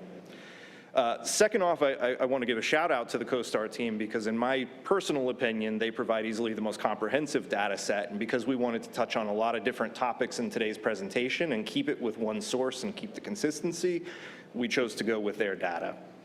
The last thing I want to mention is that the information you're going to see covers the entire Durham MSA, which does include Orange and Chatham counties as well. Obviously, Durham is the big brother in that relationship, so a lot of what you're going to see is happening right here in the city. But just keep that in mind that some of the numbers might look a little bit different than what you'd see from your city staff because they do include that additional coverage area. So we're going to start briefly with an overview of multifamily construction. I'm pleased to report that Durham has a very active pipeline of approximately 4,900 multifamily units under construction. That represents nearly a 9% expansion of overall inventory, which is an all-time record for this market. There are very few large or mid-sized markets that can stack up against that inventory expansion. For reference, some of the biggest and fastest growing cities in the country are right in the 4 and 5% range for inventory expansion, so there's a lot going on here. Not going to come as a surprise to you guys as you see many of these projects, but the majority of that building activity is concentrated in Durham's central submarkets, with about 40% of all construction occurring in downtown Durham and another 30% in South Durham. So the construction numbers are great, but it only gives you a small piece of the picture of what's happening in the market. To my mind, absorption is arguably the more important number because this is where supply meets demand and translates to price. So what is absorption? Simply put, it's the number of Simply put, it's the number of units occupied within a market over a given time. In this case, we're looking at the 12-month period. Absorption considers both construction of new units and the removal of existing units. In general, if your absorption number is positive, then you are renting more than you are building. And if the opposite is true too, if your absorption is negative, that means you've built more than you're renting currently and you have excess supply. In Durham, there's been a mixed performance in recent years. The market experienced negative absorption in the fourth quarter of last year and into the first quarter of this year. It's no coincidence that this period coincided with the same period where rent growth started to stall out and actually move into the negative. We're going to talk more about rent shortly, though. So the region still has a growing population, but there's a couple of factors here at play. For one, you had incredibly high absorption in 2021. Everything that came online was filled just about as fast as it could come into operation. So we think that that may have pulled forward some of the demand that ordinarily would have cycled through into 2022. Over the past 12 months, so again, looking back to about mid-year of last year, the market has been basically flat. The entire MSA only absorbed 110 units during that 12-month period, while at the same time delivering more than 1,200 units. As you may have guessed, that negative absorption meant increased vacancies starting last fall, which is good news for the health of the market. As I said, there was a new wave of deliveries beginning in the first quarter of last year, and the high number of deliveries combined with the mixed absorption has resulted in vacancy rates rising for several quarters in a row to their current level of 8%. For reference, vacancy rate of about 3% is considered healthy because it represents a market balanced between tenants and owners. Areas with vacancy rates of a lower number generally see rent increases. The higher your vacancy rate, the more you tend to see rent stall out or even go negative. Again, vacancies in Durham have risen for several quarters in a row, and that's due to a combination of a lot of new supply coming online and a very low absorption rate. So I've included some charts in here, and I realize they might be kind of hard to read, so I'm going to walk through them a little bit. But as you look at the chart here, there's a few things that I want to highlight for you. The first is that Durham's vacancy rate has traditionally been higher than the national average over the last few years, but it declined dramatically starting in mid to late 2020 and continuing through 2021 before rapidly switching and moving the other direction throughout the second half of 2022. The vacancy rate was actually as low as 4% briefly back in 2021 before rising and getting to its current level of about 8%. There's a lot of things we can point to during that period, but COVID, the eviction moratorium, the availability of stimulus money, everything that changed over the last few years meant more people moving into Durham and to the Triangle, as well as the formation of a lot of new households. And so we saw a lot of rapidly increased demand over a very short period. That brought the vacancy rate way down.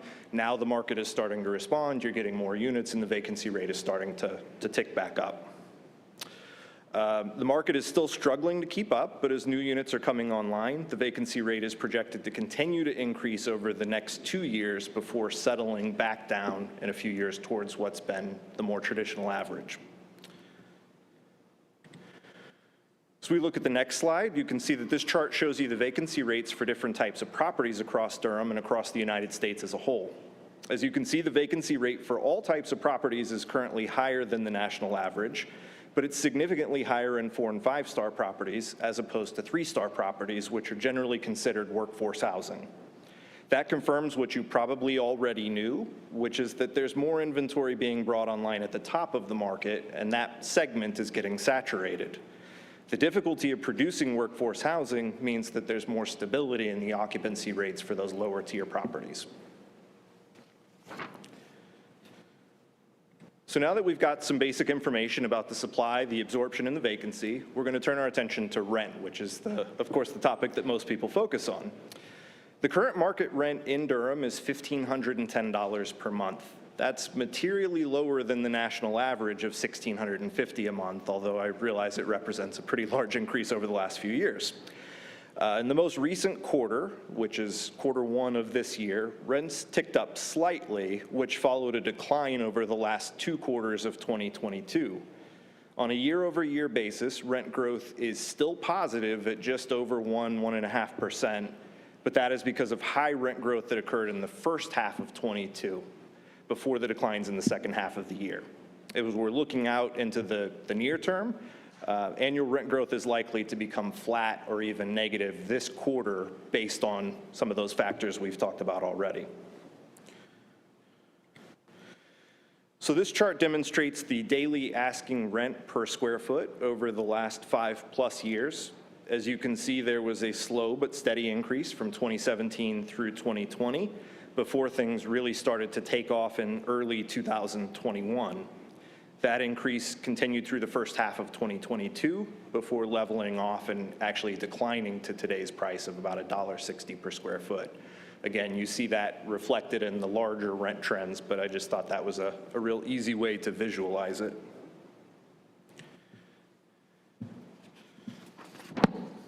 So this chart again shows the rental rates over time overlaid with the national average. As you can see again, rates spiked during the later COVID months before coming back to earth last year. This again shows CoStar's prediction that things have leveled off and will be relatively stable over the next few years as we get a lot of new supply and start to catch up with what was a period of short supply.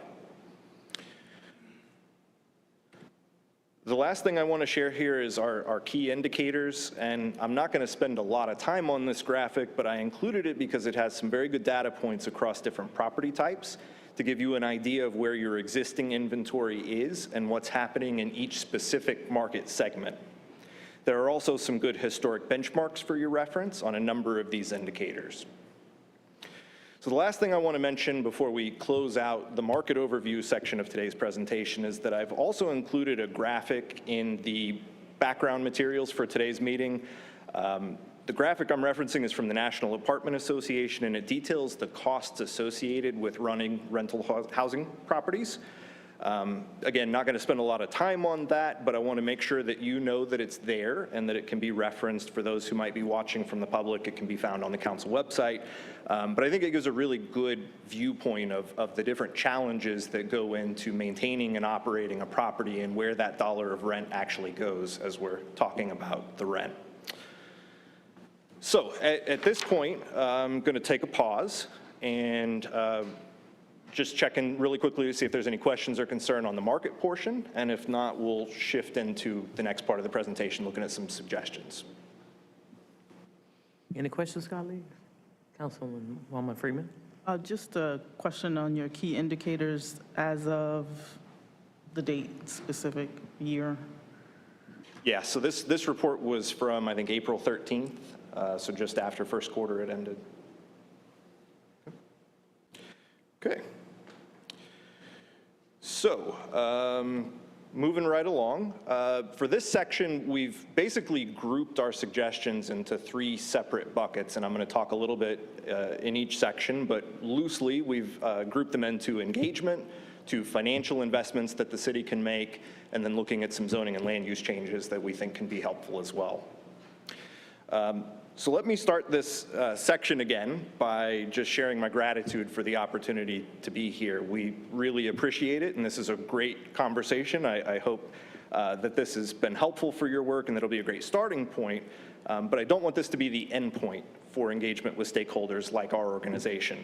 And to that end, we have a few suggestions on how we can continue these important conversations moving forward.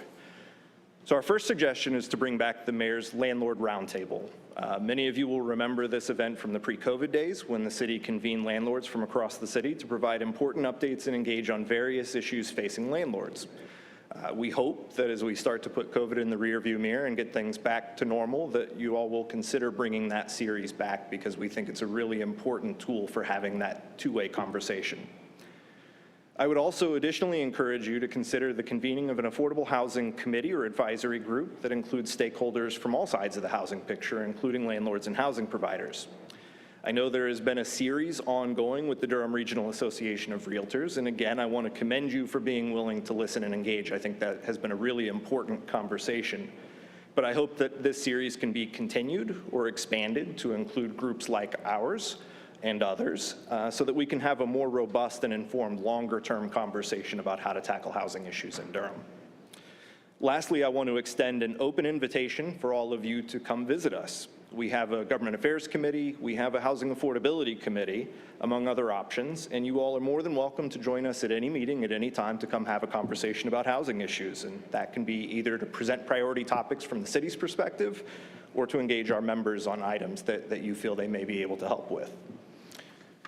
I would further extend that invitation to your staff. If you have items that you feel you need to communicate with our members, or if there's any way that we can be helpful to the work that you do, please don't be a stranger. Come in and visit us. We'd be more than happy to have you. And several of you have taken that opportunity. For those who haven't, we look forward to hopefully seeing you in the future. So engagement is critically important, and there's a reason we wanted to start there. But in many ways, this is a financial issue, and we come before you with some options where we feel the city can make financial investments that will really help to bend the cost curve and help to solve specific priority issues. So the first item we want to discuss is a housing preservation fund, which is a tool that can be used to help build and preserve affordable housing, though these types of funds are most often used to preserve naturally occurring affordable housing that may be under threat of redevelopment.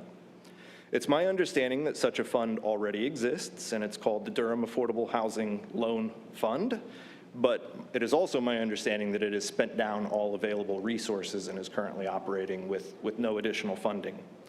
That program was intended to enable the acquisition of properties to create or preserve affordable units and allow time to secure permanent financing. The program was also available to assist with pre-underwriting and in-house legal and real estate development expertise. I understand that you'll soon be actually considering a case where a housing provider is coming to petition you for money for just such a type of acquisition. And the reason they are coming to you is because this fund doesn't exist and there is no other avenue for accessing that kind of emergency funding for a quick transaction. Under current conditions, that may work fine. With interest rates slowing down, transactions have slowed a little bit, there's less investment action going on, so that may work fine in the short term. But as we see the market recover and return to robust growth in the future, we hope, that's going to be more and more of a challenge for the city to be nimble. So we hope that y'all will consider putting a permanently set aside investment towards a fund, either through that program or something similar. I will point out, y'all may already know this, but Wake County has recently created a similar fund, and with a large upfront commitment from the county of $20 million, the fund has secured more than $60 million in financing. In conversations that I've had with Lorena McDowell, who's the Wake County Housing Director, as well as several members of the Wake County Commissioners, what I have heard repeatedly is that it was the large public investment on the front end that was able to help draw in private business and foundation money and to make that fund a success. So our ask here is that the city consider putting substantial resources into supporting the work of the DAHLF or a similar type of preservation fund. In addition to the need for long-term affordable housing investments, we also know that there's a great deal of need for an emergency housing assistance program. During the recent pandemic, Durham County and the City of Durham worked together, utilizing federal ERAP money to launch the Durham Emergency Rental Assistance Program, which provided residents with assistance with rent during the pandemic. During the program, nearly 3,900 households received assistance to stay in their homes. But unfortunately, the program funding was exhausted in early 2022, and while there is some local assistance available through Durham County Department of Social Services and other local nonprofits, we need financial support for a more robust assistance program. So I want to take a moment here to briefly touch on the issues of evictions, because I know it's an issue that's close to y'all's heart and frankly close to ours as well. I think there's a misconception that evictions are profitable or provide some kind of an advantage to the landlord, but in reality, nothing could be further from the truth. Evictions are bad for everyone. They're bad for the tenant, they're bad for the landlord, they're bad for neighbors, they're bad for the community, and bad for taxpayers. And so we share a goal here to minimize and reduce evictions. The root cause of evictions is most often non-payment. Therefore, it stands to reason that the way to prevent these evictions from occurring is to ensure everyone has the support that they need to pay the rent. No matter how much money we provide for eviction diversion programs or legal assistance programs, the bottom line is it's a non-payment issue. And if we can get the resources where they need to be to help tenants in need, we can help people stay in their homes. And we saw that firsthand during COVID. I also want to be clear that this really should be a federal and state priority. The federal government is the one who made it rain the last time around, and they're really the only ones with deep enough pockets to make a program like this really successful. And so, unfortunately, the reality is there isn't a program coming down the pike. And so as much as we might believe the federal government should take responsibility as they did during COVID, there's no indication right now that that's going to happen. We have similarly been having conversations with leaders at the state level, encouraging the creation or renewal of a state level program. And right now, I'm not optimistic that that's going to happen either. And so unfortunately, it falls to communities like Durham to step up and make the funding commitment necessary to keep people housed. Durham obviously doesn't have the same level of resources that the state or federal government possess, but I want to stress that the program doesn't need to make the same large commitments that federal ERAP programs did.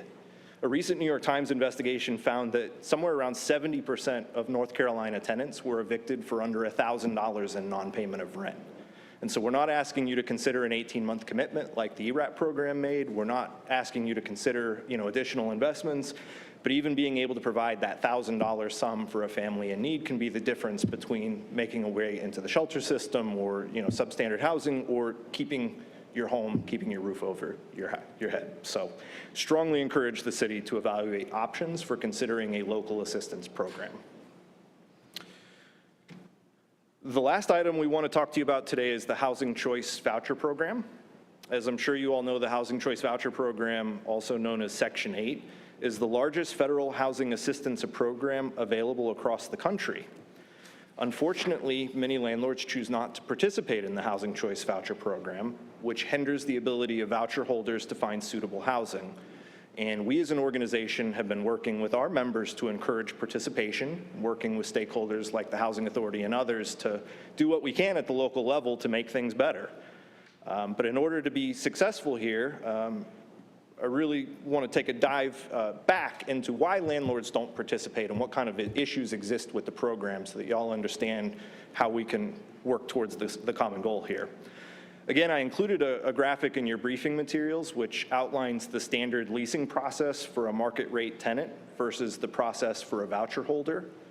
As you can see, if you've looked at those processes, it's a much longer, more complex, and vastly more expensive and risky process to participate in the voucher program as opposed to a market rate tenant.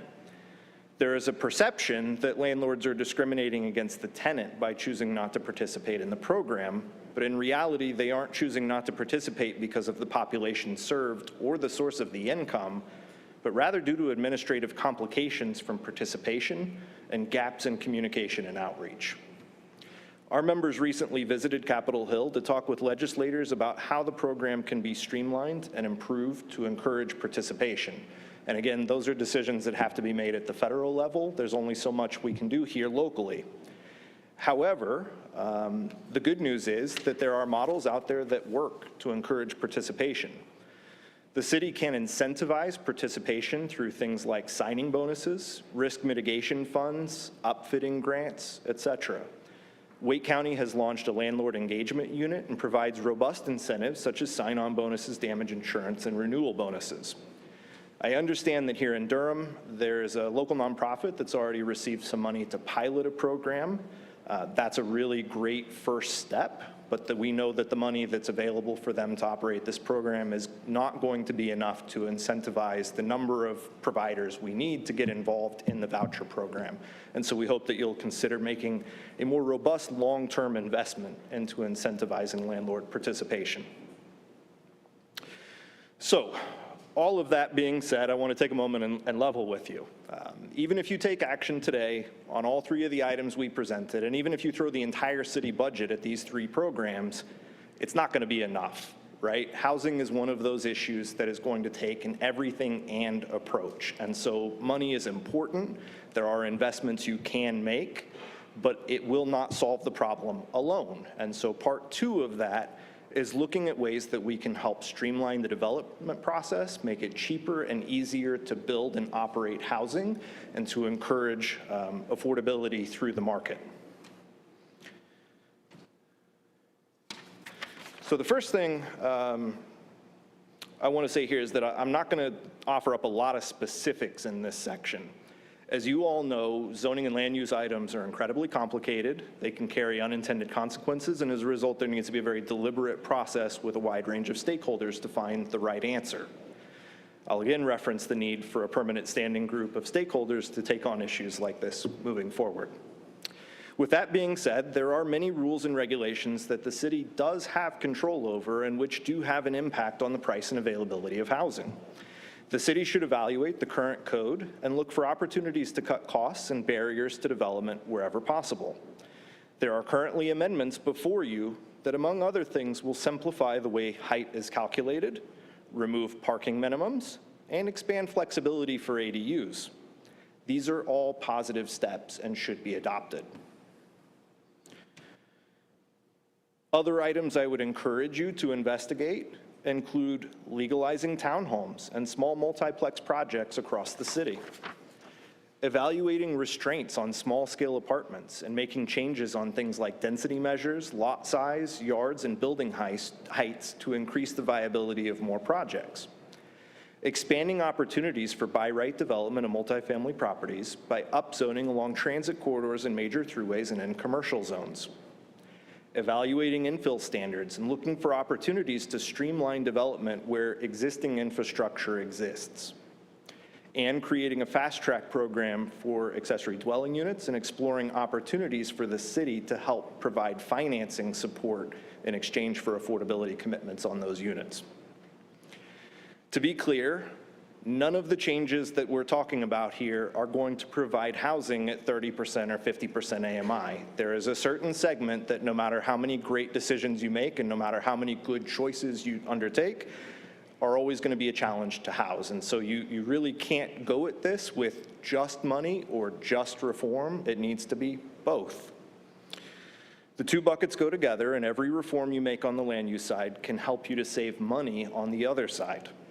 If you don't make these types of changes, I can guarantee you that it won't be long before the city has to start looking for help for people at 100% AMI or 120% AMI or higher.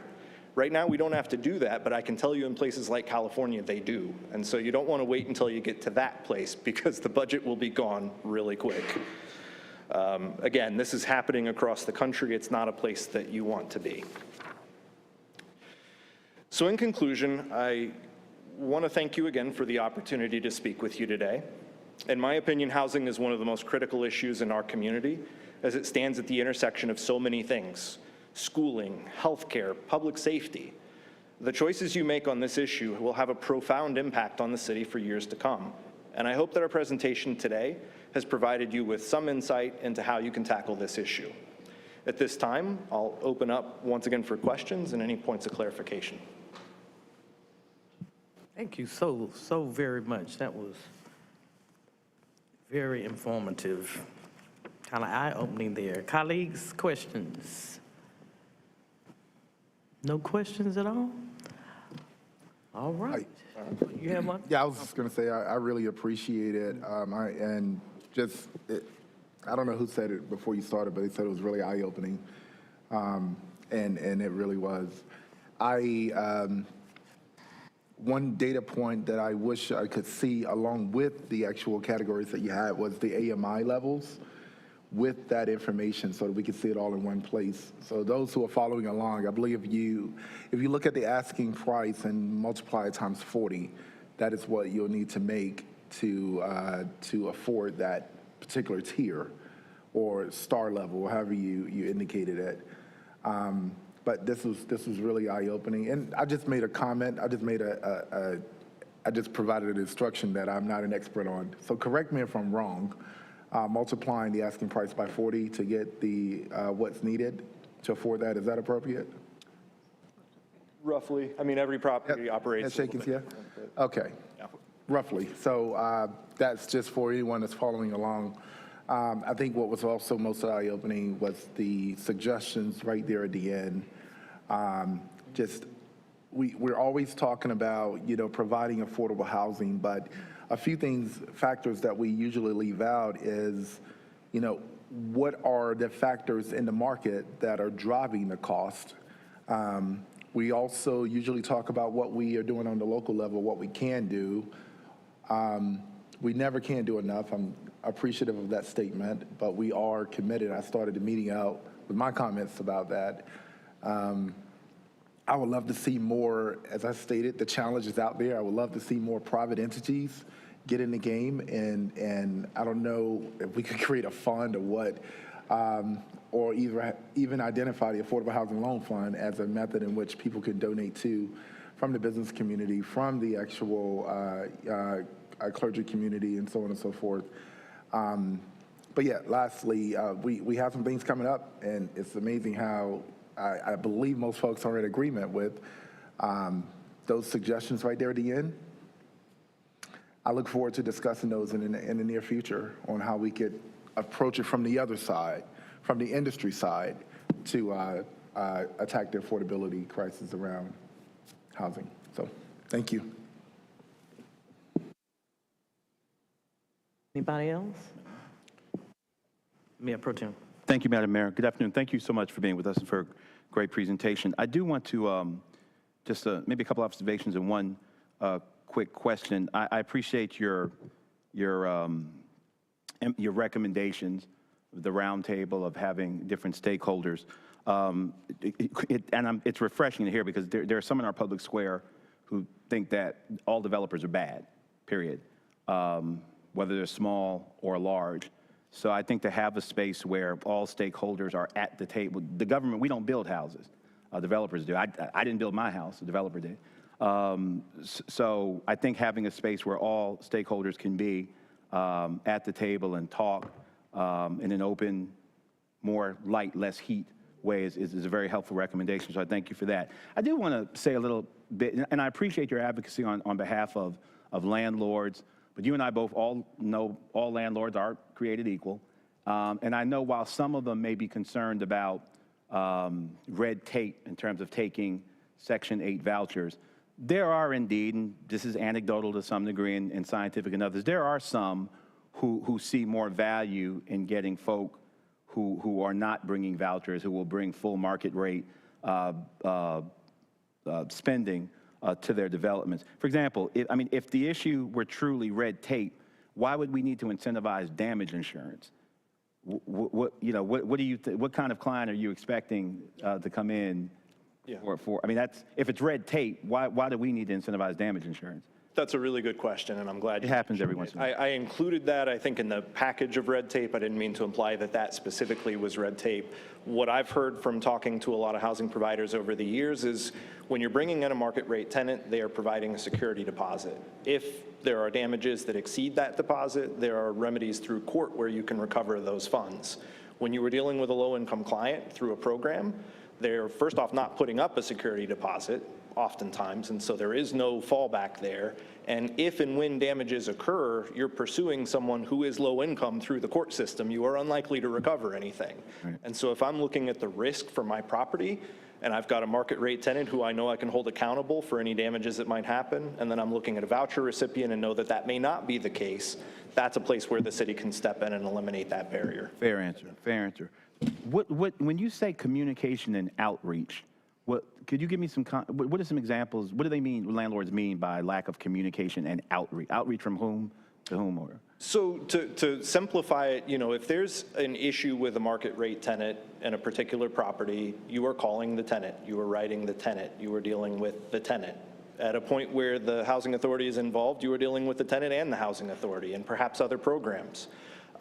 So I think it's just in terms of the speed and ease of dealing with issues as they crop up. For example, I was talking to a member not long ago who had signed a voucher tenant, and there was a holdup through the housing authority, and they didn't get paid for the first 4 months.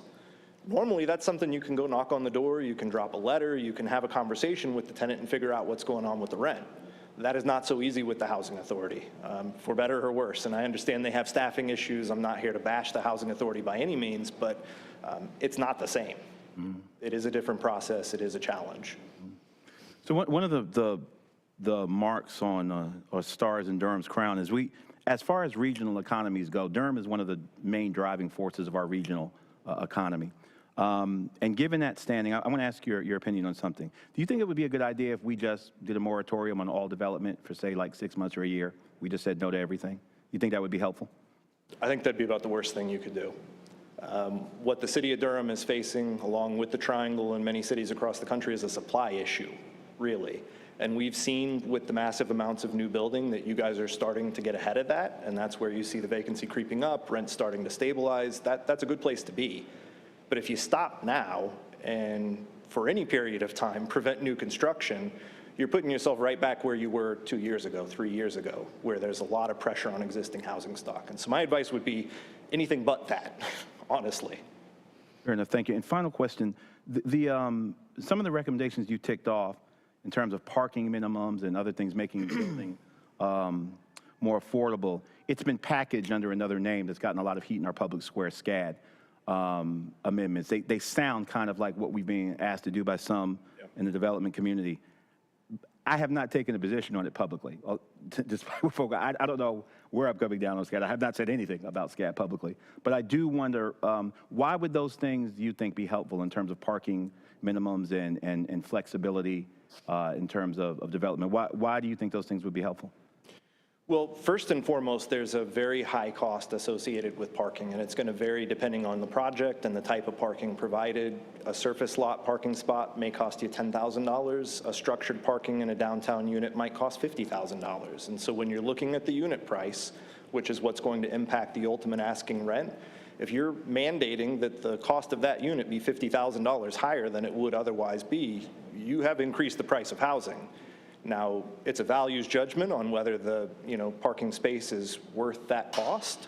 But when you're looking at non-traditional housing types, when you're looking at smaller sites, when you're looking at infill, those things can be the difference between a project happening or not, or the difference between a rent that's affordable to 80 or 100% AMI versus a unit that's not. Thank you for helping us dive so deeply today. I appreciate it. Thank you, Madam Mayor. Councilwoman Freeman. Thank you. I just wanted to share that I appreciate the presentation, and I do want to note that everyone is invited to the Durham Realtors Association conversation. Is not limited. They were the ones to first ask, and so our last meeting is next Thursday, and I would encourage you to be there. That's all. Thank you. Thank you. Okay, thank you. I'll just note lastly, my contact information is in the slide deck. If there's anything we can help with moving forward, do let us know. But thank you again for the opportunity. Thank you so much. This won't be our last conversation with you all. I look forward. We started talking about bringing together a landlord roundtable, so we're on the same page on a lot of things, and so we will get back with you all further. Thank you all for being here today, and we hope to maintain these ties. Communication is key, and so we are grateful that you all came to join us today, and we look forward to working with you more and more. Correct. Thank you. Thank you. Thank you all. All right, I believe it's maybe time for us to take a short break. Let's come back in about 10 minutes, okay? All right, we'll stand adjourned for about 10 minutes. And then we'll pick back up, I think, with number 13, which I previously missed, the Neuse River. Yeah. The Upper Neuse River Basin.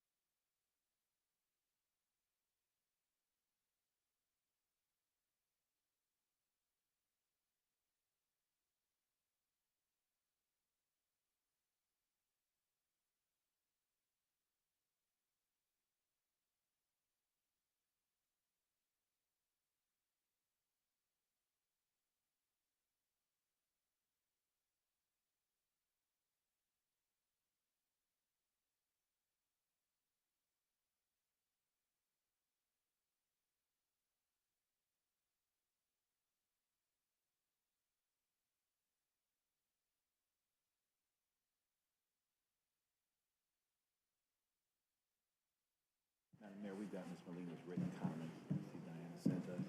Yeah, I saw it. All right, we're back in session, everybody.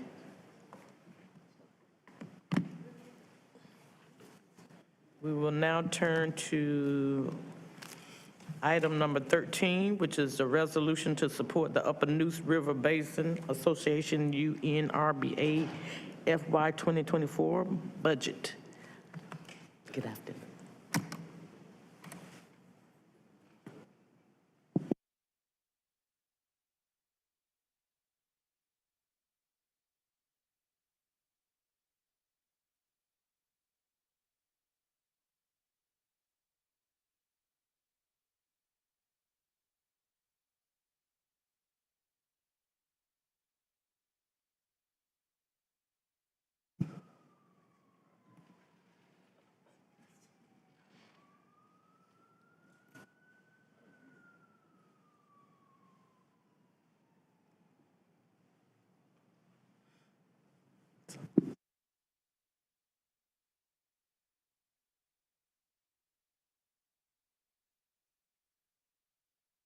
No worries, no worries.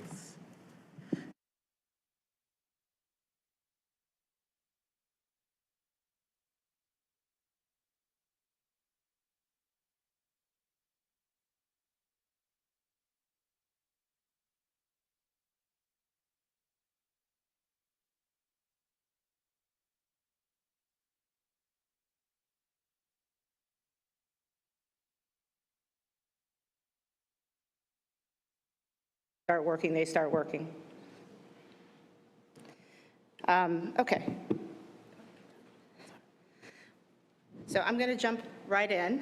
I can't touch that. Go ahead. With some important dates that are coming up for you all. The first one is that the city is going to be expected to adopt some concepts and principles that the UNRBA is going to propose in September. The executive director of the UNRBA has asked for a September adoption date so that if there are issues that arise that with each community that's a member of the UNRBA, there's at least a month that we can iron those out, because the next part of that will be that the UNRBA will be providing recommendations to the North Carolina Division of Water Resources. I should be on the third slide, which is a map of the watershed with the box in the bottom left. It's up now, excellent. So those rules and concepts will be presented to the Division of Water Resources in December of 2023. There's a state law that requires that those are presented to them by that date. So, of course, this is all because Falls Lake has an excessive amount of algae. The way that the state has controlled algae from growing out of control in the past has been to control nitrogen and phosphorus. So what we have here is a map of all the communities that drain to Falls Lake proper. I will point out that this is a county map. The darker areas are the cities that are within the counties. Notice that there's small areas like the town of Stem, which is represented by a tiny circle on this map, to the county of Durham, which is the largest county that's in this watershed. And the city of Durham, of course, being the largest city in the watershed. So that's an important thing to consider as we're looking at the nitrogen and phosphorus levels that are reaching Falls Lake. So this is a graph that is from a report that's not finalized, but it's information that is out there for the public to look at. The red graph is nitrogen, the blue graph is phosphorus, and this is all by counties. So these are the levels or the total amount of nitrogen that is reaching Falls Lake by county. Durham, being the largest county in the watershed, would be expected to be the highest contributor of nitrogen or phosphorus to the lake. Orange County is actually larger in the watershed than Granville County is, and yet you see here it's third. So that's probably because of the levels of development and the fact that Granville County has another intermediary reservoir before you get to Falls Lake. So there's a lot of capture that happens there.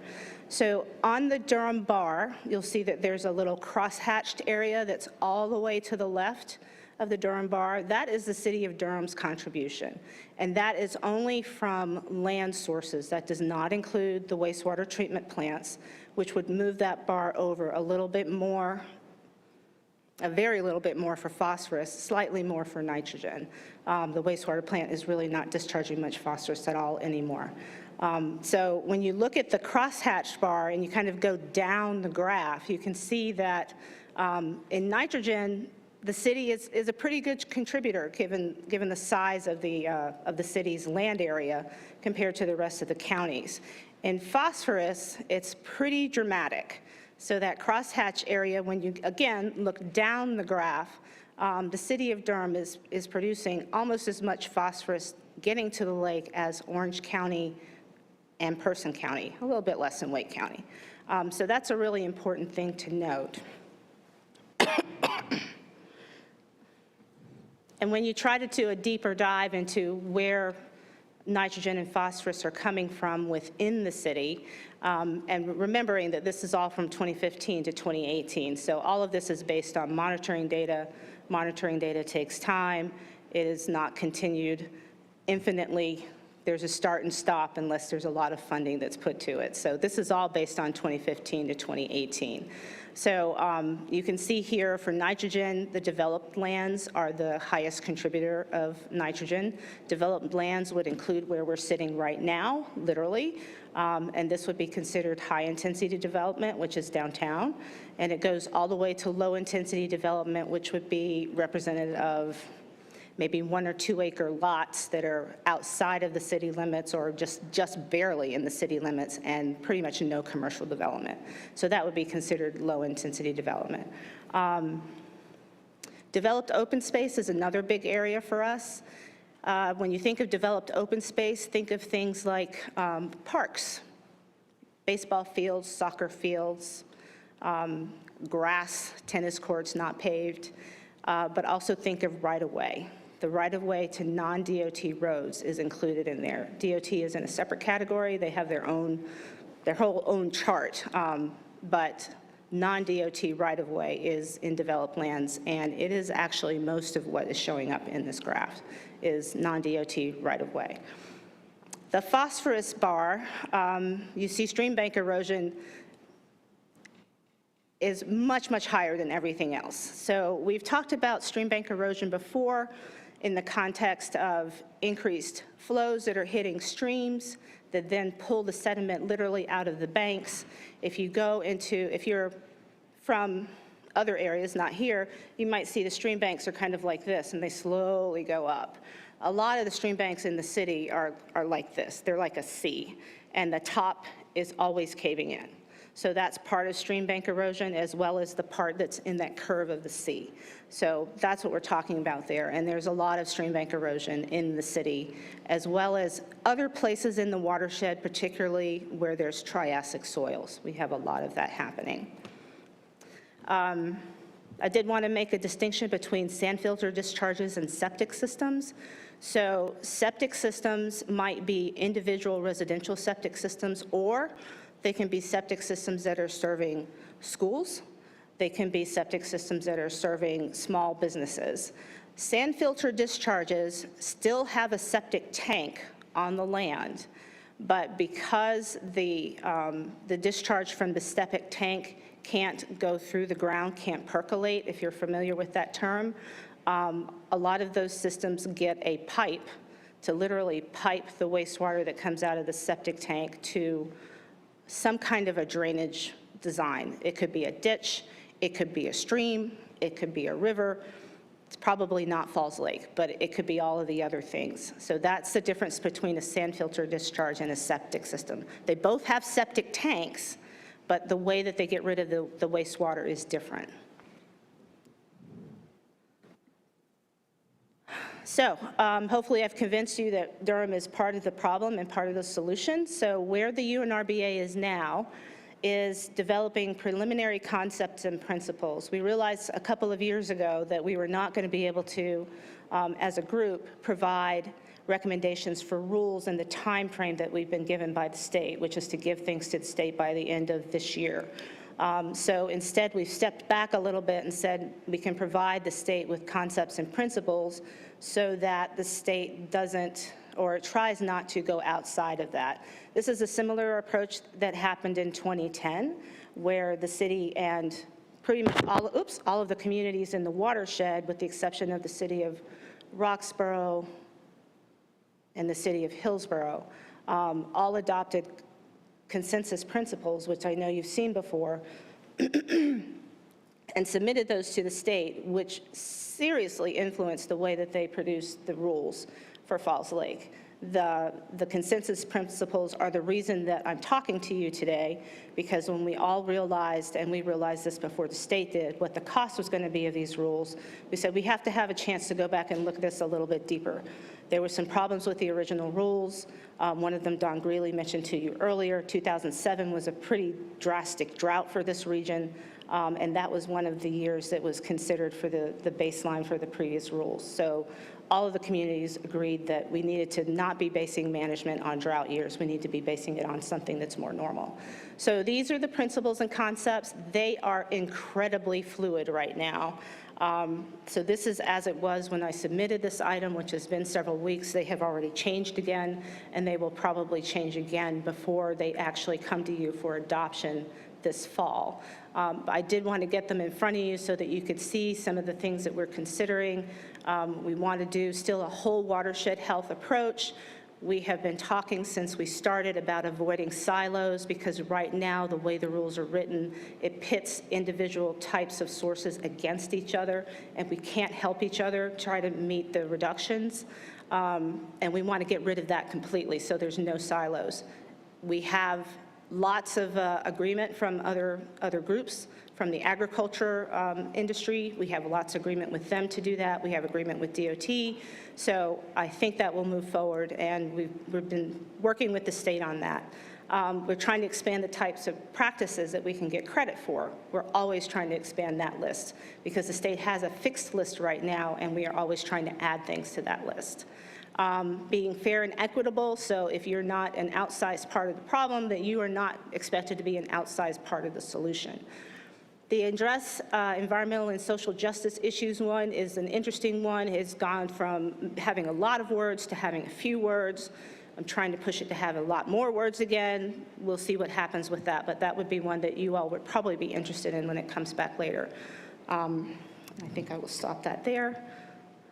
This is the structure of the rules as they are now, so you can see very clearly the different silos that things are in. The city of Durham is in new development, existing development, and wastewater discharge. We have all three of those categories within the city.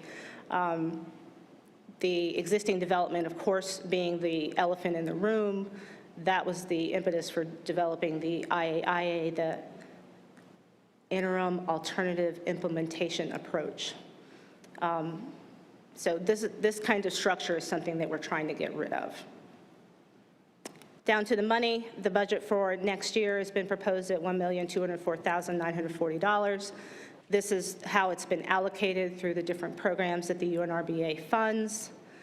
This is a historical look at the amount that the budget has been for the last 6 years, I think that is. So you can see it hasn't really changed all that much. That is because the only pieces that can really change are the executive director and services, and then kind of off and on of audit services, because the UNRBA does get third-party audits on a regular basis. So the city's contribution has only changed by, what's that, about $16,000 in 6 years. That is all I have for you today. If you have any questions, I'd be glad to answer them. Reggie is not here, but Don O'Toole is over here. He is part of our team, and Sandy Wilbur is also with Public Works, and she is part of our team.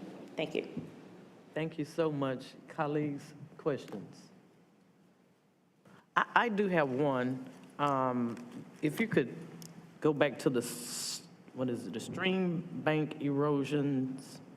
There was one figure that I just want to know what the significance is. It's the nitrogen and phosphorus graph. Let's see. And on nitrogen, it says the stream bank erosion is 4.1%, and phosphorus is 47.7.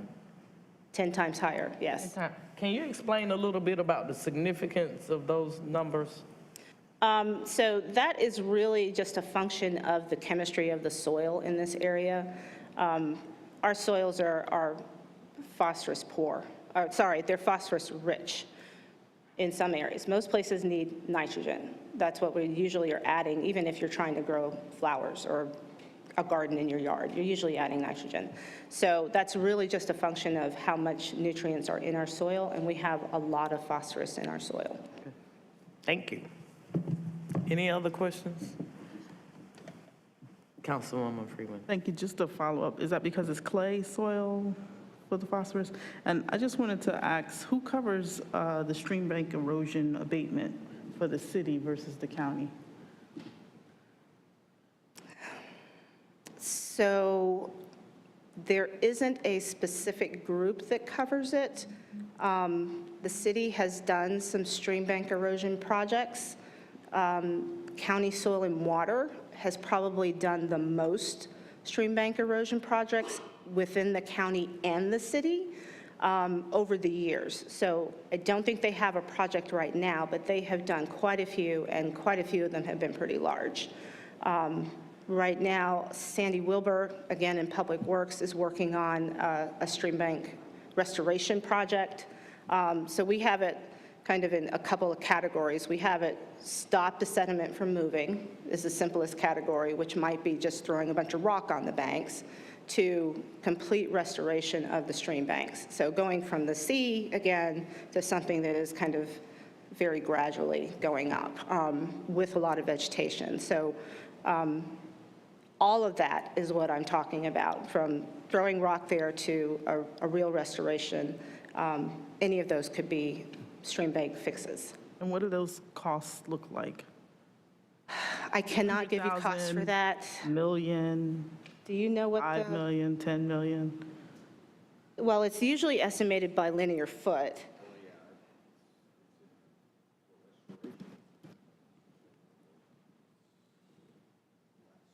So what Paul Lipke, who is the Assistant Director of Public Works, said is for restoration, it's in the millions. And for stabilization, which is throwing the rocks on the banks, it's significantly less. But I don't have those numbers off the top of my head, I'm sorry. That's helpful, though. Thank you. Yeah. Like I said, there are a lot of restoration projects that Soil and Water has done, and some of them are in the city. Oh, and the city has done some, yeah. Any other questions, colleagues? Thank you so much. I always enjoy hearing from you all. I tell you, I'm fascinated by what you all do every day.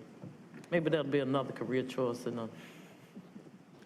We'd be glad to have you, and just a reminder that we will be back this fall with these principles and concepts for adoption. Okay. Hopefully it won't be me, hopefully it will actually be the executive director of the UNRBA, but somebody will be back this fall. We look forward to it, and thank you so much. All right, I believe we will now go to, let's see, is it item 24, fiscal year 2023-24 proposed budget, and fiscal year 20. Oh, that's right. So we're down here to 751, self-informational item, which is item 26. Thank you.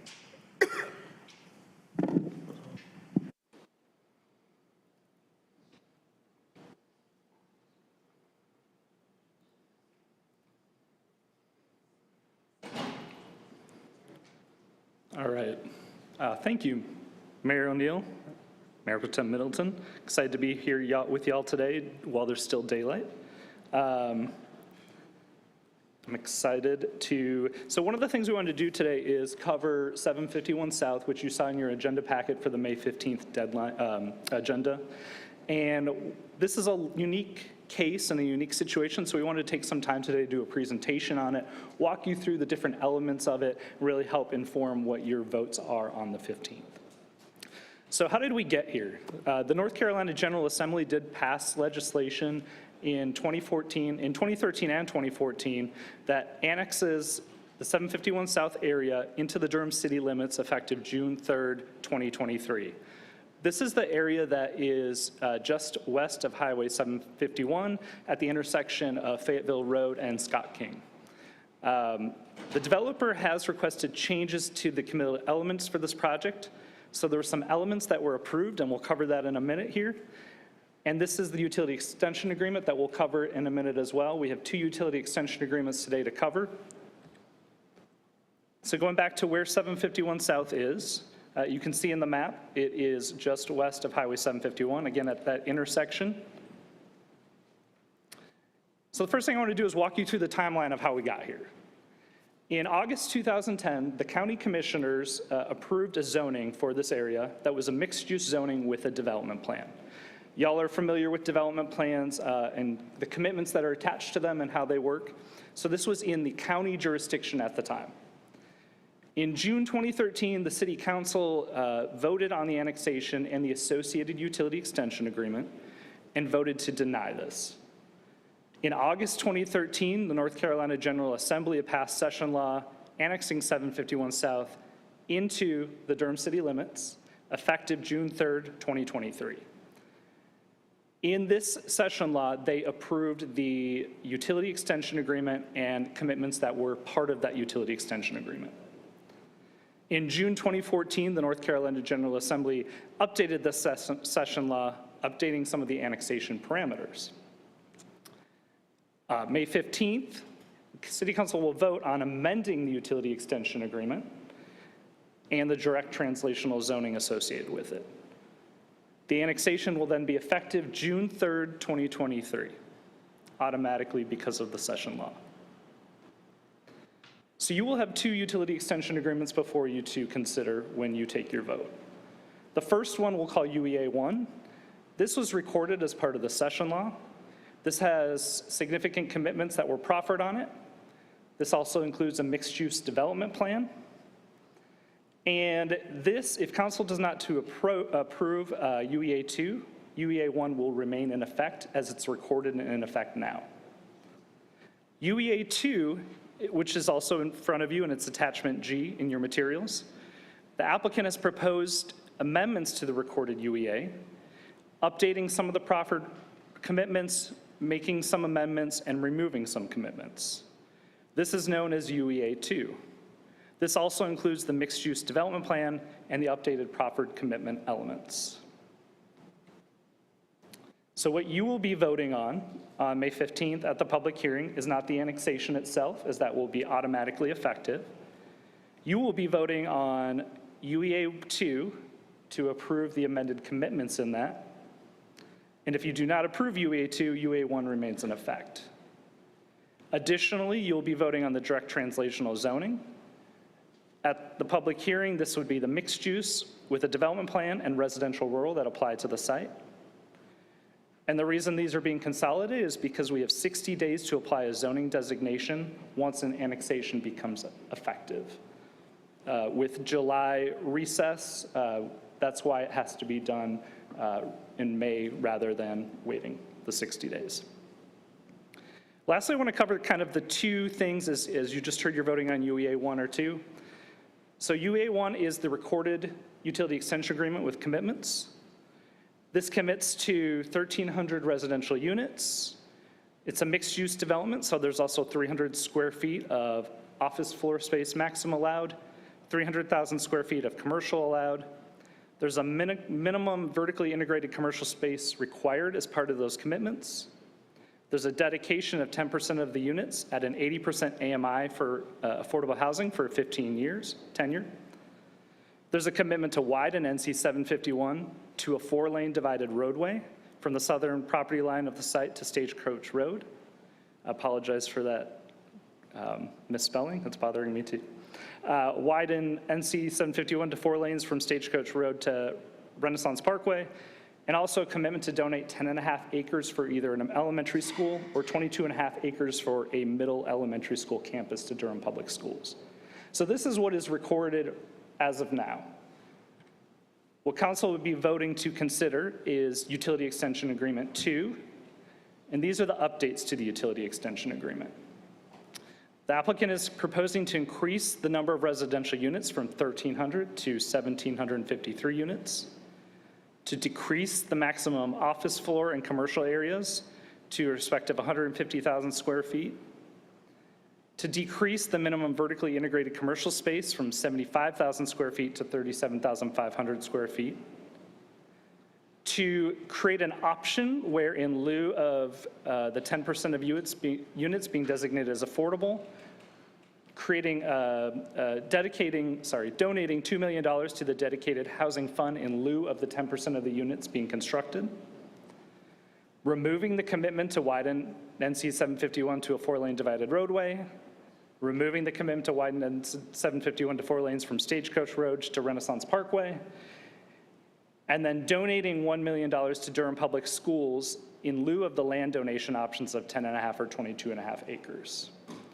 In addition, the transportation impact analysis, TIA, was updated, and there are some additional transportation improvements that have changed since 751 was originally voted on. That is also found in your packet as attachment A. A couple of other things. There is a community meeting tonight for anybody listening that is being hosted by the applicant around 751. If you need the link, we can share it for you. It's being held virtually. In addition, there'll be a letter going out to the community members that states how this proposal will impact you and your property if you fall within this area. And with that, staff is available to answer any questions, and the applicant team is here both virtually and in person as well. All right. Thank you so very much. Are there any questions? Yes, sir. Thank you, Madam Mayor. Thank you so much for this presentation. I just, I think sometimes when we talk about how our actions sometimes might be visited by the state or the state injecting themselves into our local affairs, I think sometimes it's an abstract concept to people, but this is a textbook example of what we mean about the state's ability to come in and micromanage, if you will, and insert itself into our affairs at the local level. So I just want to put that out there for anybody who is abstract. Take a look at this particular case. So I appreciate the explanation. This is a really excellent primer for those watching that the first utility extension is built in by virtue of state action. So we don't have any choice on that. Number two, I look forward to the public hearing. $1 million sounds like a lot. Well, it's not. $1 million is a lot of money. $2 million is a lot of money. But relative to what the land itself may be worth, market value, I'd like to see those type of comparisons and even future projections of what the land will ultimately be worth. But I'll reserve any in-depth questions for the public hearing at that time. But I do want to thank you for this primer and just point out this is what it looks like when the legislature wants to get in our business. Thank you. Thank you, Madam Mayor. Councilman Williams, followed by Councilwoman Johnson. I was just going to make sure I understood that option 2 was asking to instead give $1 million rather than the 10.5 acres. Correct, yeah, there was, in the original, there was a dedication of land to Durham Public Schools in the amount of either 10 acres or 22.5 acres, and they are proposing to donate $1 million instead in this updated UEA. I rest my case, thanks. Thank you. So is it 1 or 2, or can things be modified within 2? Like, there are some things in here that I would say this is fine. There are some things in here. So like, is it just a yes or no answer, or can we like modify things as we go? Good afternoon, Don O'Toole, City Attorney's Office. Alexander gave a great presentation on a really complicated topic. So to answer your question most directly, the developer has requested these changes in committed elements. And so, yes, it's completely within council's purview to comment on those commitments and ask for them to be changed. Obviously, the developer would need to agree to an alternative proffer, and then, as we've discussed previously, council could then vote on what their final offer is. So yes, there can be dialogue up until the public hearing. Up until the public hearing, so not during the public hearing? And no, it could happen at the public hearing as well. Okay. And the developer would need to agree to whatever commitments are changed, and then that could be part of an amended UEA 2. Gotcha. So, and they could do it during the public hearing, like we get proffers during. They could, and then we'd be sure to get them to sign that in writing at the time everything's being executed. Okay, thank you. Okay, but I think planning has done an excellent job of presenting the two different alternatives. So option one would be to approve an amended UEA, but the second option would be to just stick with the existing UEA. And in either option, there's then a direct translational zoning. Gotcha. Thank you. You bet. Oh, I'm sorry, one more question. So what happens if they don't fulfill the commitments in the UEA? Then that would be a land use violation. If at the time the commitment is due, planning, like it frequently does, would issue a notice of violation, and then it would go through the NOV process. Okay, and we would collect fines or something until they were in compliance? Correct. Okay, thank you. Any further questions? Councilwoman Freeman. Thank you. Just one, the 80% 15-year tenure, is that tenure indicating from the day of build, or is that indicating from when it started in 2010? Oh, that's a great question. It'd be from the certificate of compliance. Thank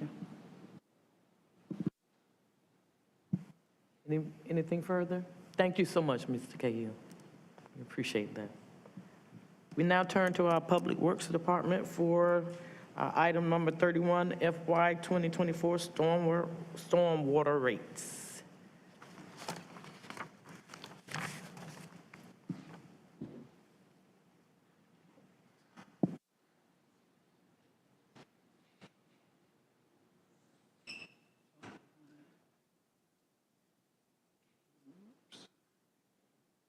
Madam Mayor, if you don't mind, before you get started, I'm going to have to cut out, and I just wanted to make sure I let my colleagues know that I need to leave, so I'm not going to make it for work session. For closed session. But yes, thank you. Thank you. Thank you, thank you. Can you all see it? I've got it up here. I think we've got, oh, there we go. I'm sorry, it's going. Good afternoon, Madam Mayor O'Neill, Mr. Mayor Pro Tem Middleton, and Council. I'm Paul Wiebke with the Public Works Department. I'm presenting to you today the Stormwater Fund and the proposed stormwater rates for FY 2024. The stormwater fee is an enterprise fund where fees are our primary source of revenue. We fund stormwater management, stormwater maintenance, and street cleaning. Capital projects address stormwater infrastructure improvements within our right-of-way city-owned property, meaning parks, trails, cemeteries, as well as some private property work. We also fund watershed planning through our CIP and restoration with retrofit design and construction. That's primarily at this stage to deal with the Falls Lake nutrient problem, which Michelle previously addressed, and we're doing that now through the interim alternative implementation approach with the Upper Neuse River Basin Association as our partner organization. And we're addressing our total maximum daily loads for Third Fork and Northeast Creek. And I'll talk a little bit more about that later. And we also have a floodplain mitigation program, which is primarily through our hazard mitigation grant program, which we get grants from FEMA to remove properties from the floodplain on a voluntary basis. Key issues, we are seeking a rate increase for FY24 to support our ongoing operations. We will also be requesting an increase in the future for FY24 as well to support those operations as well, to continue our work with the interim alternative implementation approach, as well as the increased need for stormwater infrastructure replacement due to aging infrastructure, and to continue addressing our total maximum daily loads reductions for bacteria, particularly in Northeast Creek, which we have a load reduction requirement there, as well as for a load reduction requirement in Third Fork Creek for essentially sediment.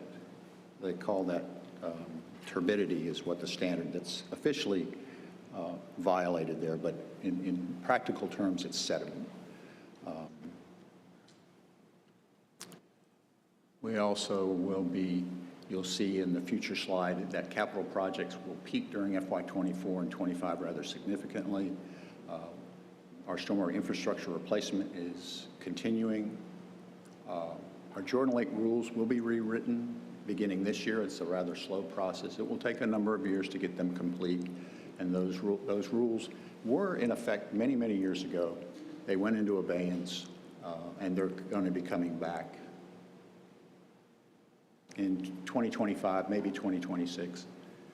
They tend to take a little longer than what they originally predict.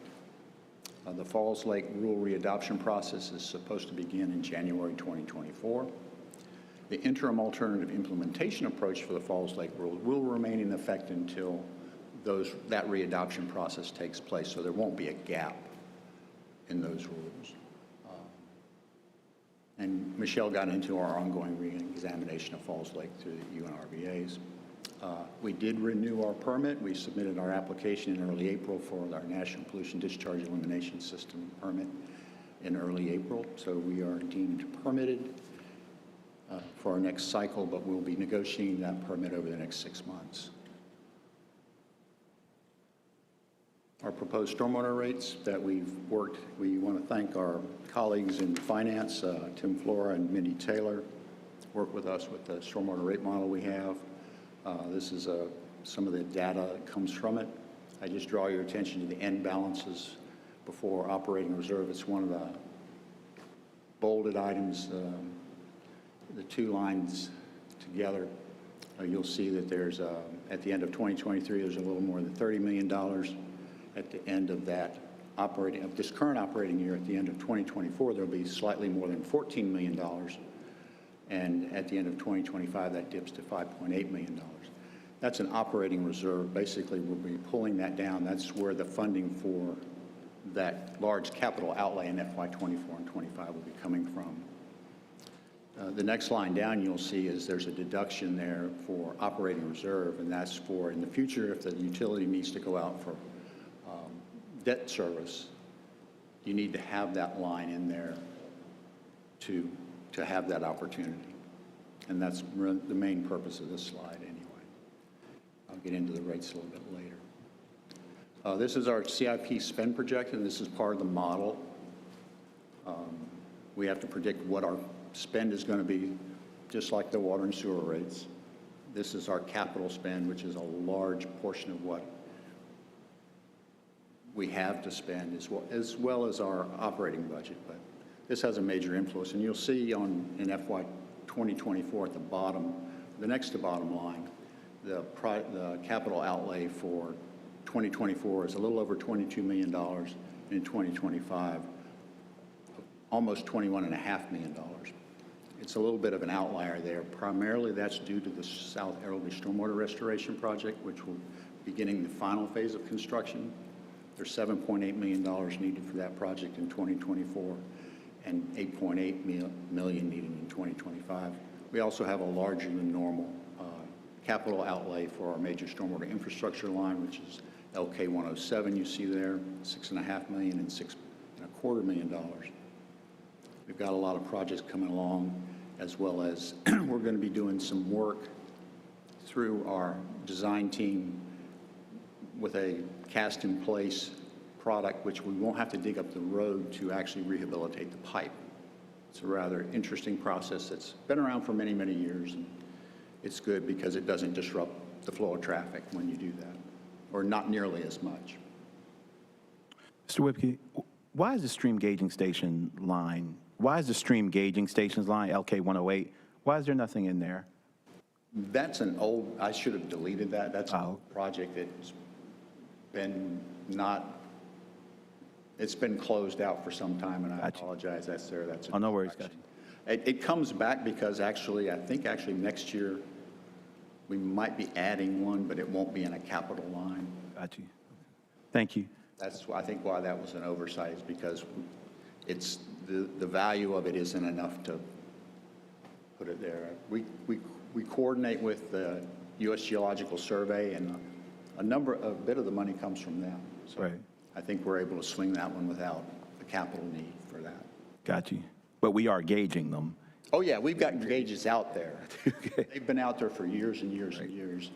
And periodically we have them, and so I guess, well, we debate whether to leave it in or leave it out, because in this year there didn't happen to be a number that fit within the time frame, so that's why it looks odd. Thank you. Now I'm going to get out your business. Got you. Thank you.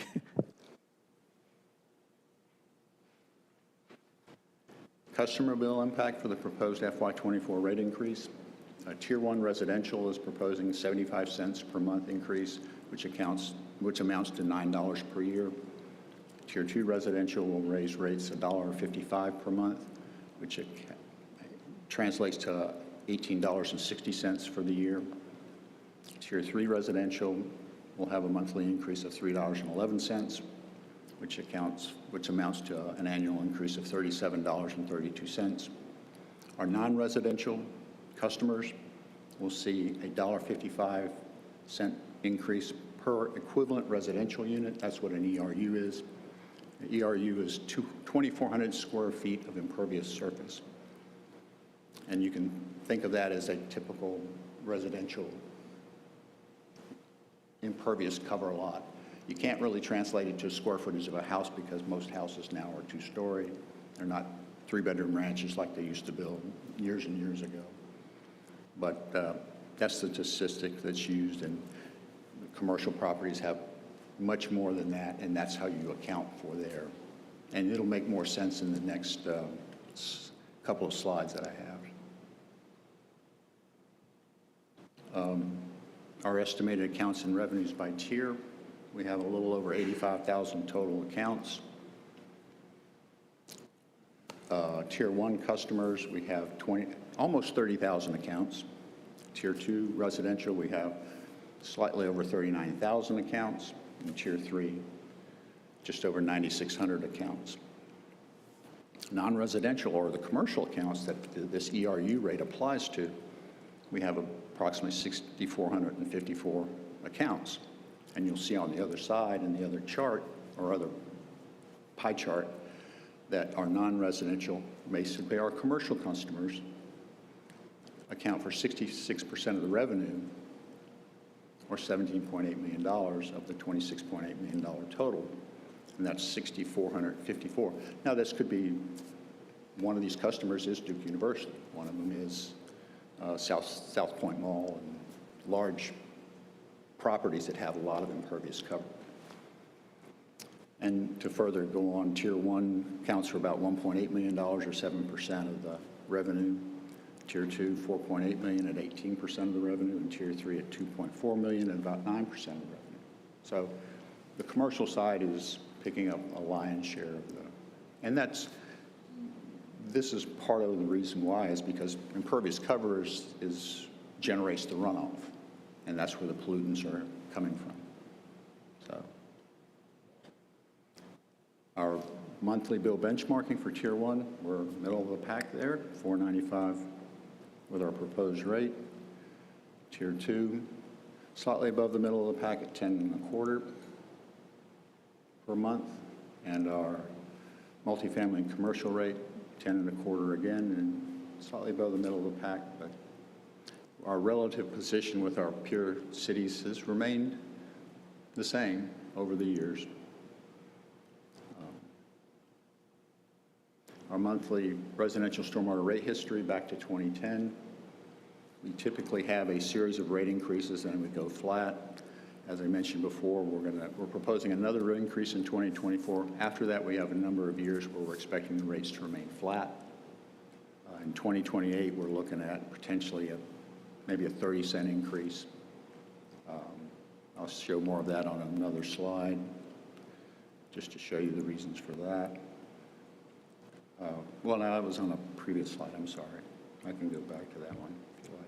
This is just a graph to show you how we're going to achieve the goal of meeting the requirements of the interim alternative implementation approach. The South LRB stormwater restoration is going to take care of at least 65% of that, probably more. Our conventional additional stormwater retrofits that are much smaller than that, about 17%.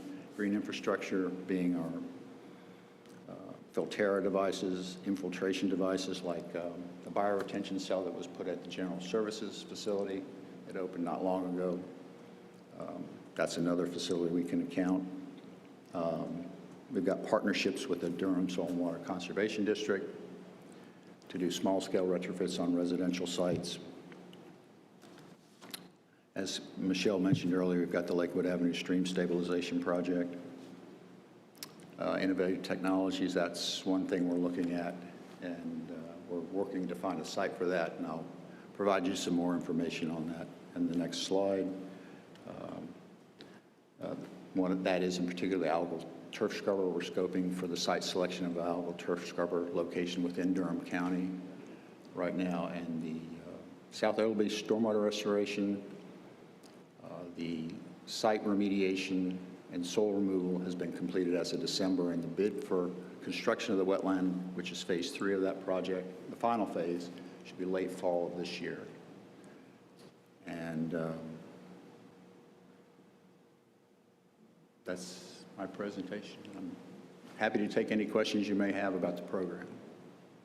Colleagues, any questions? Yes, sir. Thank you, ma'am. Thank you for a great presentation. And I thank the South LRB Stormwater Restoration, one of the type of restoration projects my departed colleague now, Councilmember Freeman, was alluded to earlier. So thank you for that. I want to ask a question about, and maybe for residents and citizens that are watching, because I get so many, or I've had so many inquiries from residents about this part of their water bill. It's a lot of folk are befuddled about how do we calculate stormwater, particularly for residential, the different tiers in residential. They understand usage in cubic feet of the water bill directly tied to how many times they turn on their faucet.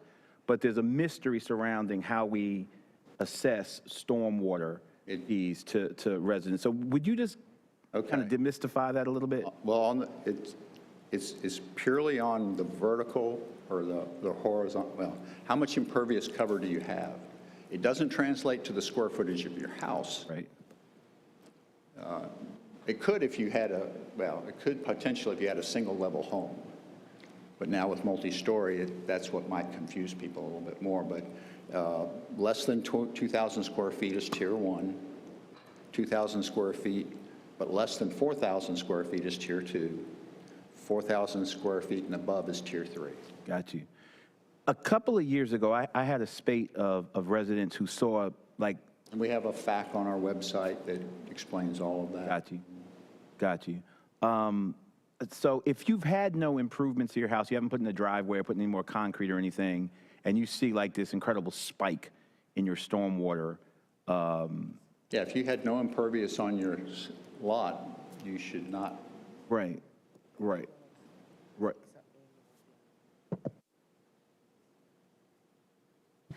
You could be talking about that stormwater bill is an annual bill, so you might want to actually just think about the billing part of it. You're correct, yeah. A lot of folks get an annual bill. If people ask for a payment program, we put them back on a monthly bill. And that could be it. Right. Is they see it all at once. And if they're on an annual bill, I'm sorry, thank you so much. If they do get an annual bill, they will see it all on their water bill, and they'll think their water bill has spiked because we do piggyback our stormwater bill on a water bill. Right. So when they do get that annual, it'll look like, wow, my water bill jumped. Yeah. And it really wasn't their water bill, it's just that their stormwater bill was added to their water and sewer bill. Yeah. Got you. And we had a rash of constituents that were just kind of like, at wit's end because they saw these huge stormwater bills. But just for the record, for those listening, you have the option of doing it monthly as opposed to getting an annual bill. So for all of our residents and citizens listening, you can do your stormwater part of your bill in increments as opposed to one big lump. That's helpful. Thank you. Appreciate it. I think that's it. Thank you so much for a great presentation. I'll yield back, Madam Mayor. Thank you, Mr. Whipke. Thank you all for what you all do for the city of Durham. Always excellent listening to you all, and I learn a lot, so I appreciate it. And now we will turn to, I think that was the end of our presentations, and we will now turn to our clerk for our boards and commissions. Thank you, Madam Mayor.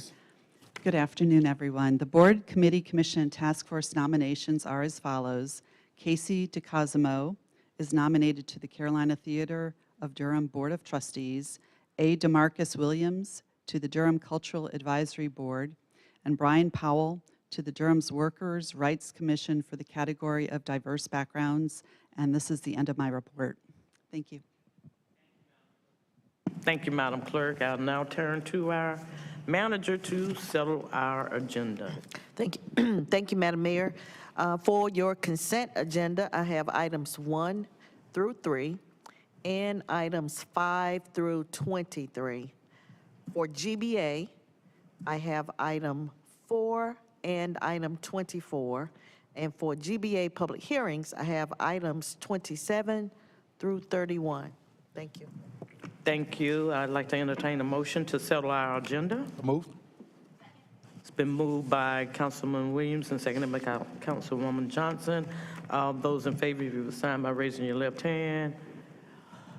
All those opposed have the same right. Seeing none, that motion passes. We are now at other matters. Are there any items to come before the council before we adjourn to closed session? All right, Councilwoman Hosley Hyman, followed by Councilwoman Johnson. Madam Mayor, I just wanted to thank Councilmember Freeman for addressing the process and the written documentation relating to, I think it was 3-6, the minutes, whereas the censure was introduced against me. Not only was it introduced against me, but it also was sent out, tweeting, and also in the media, which was documented through public record requests that was gathered.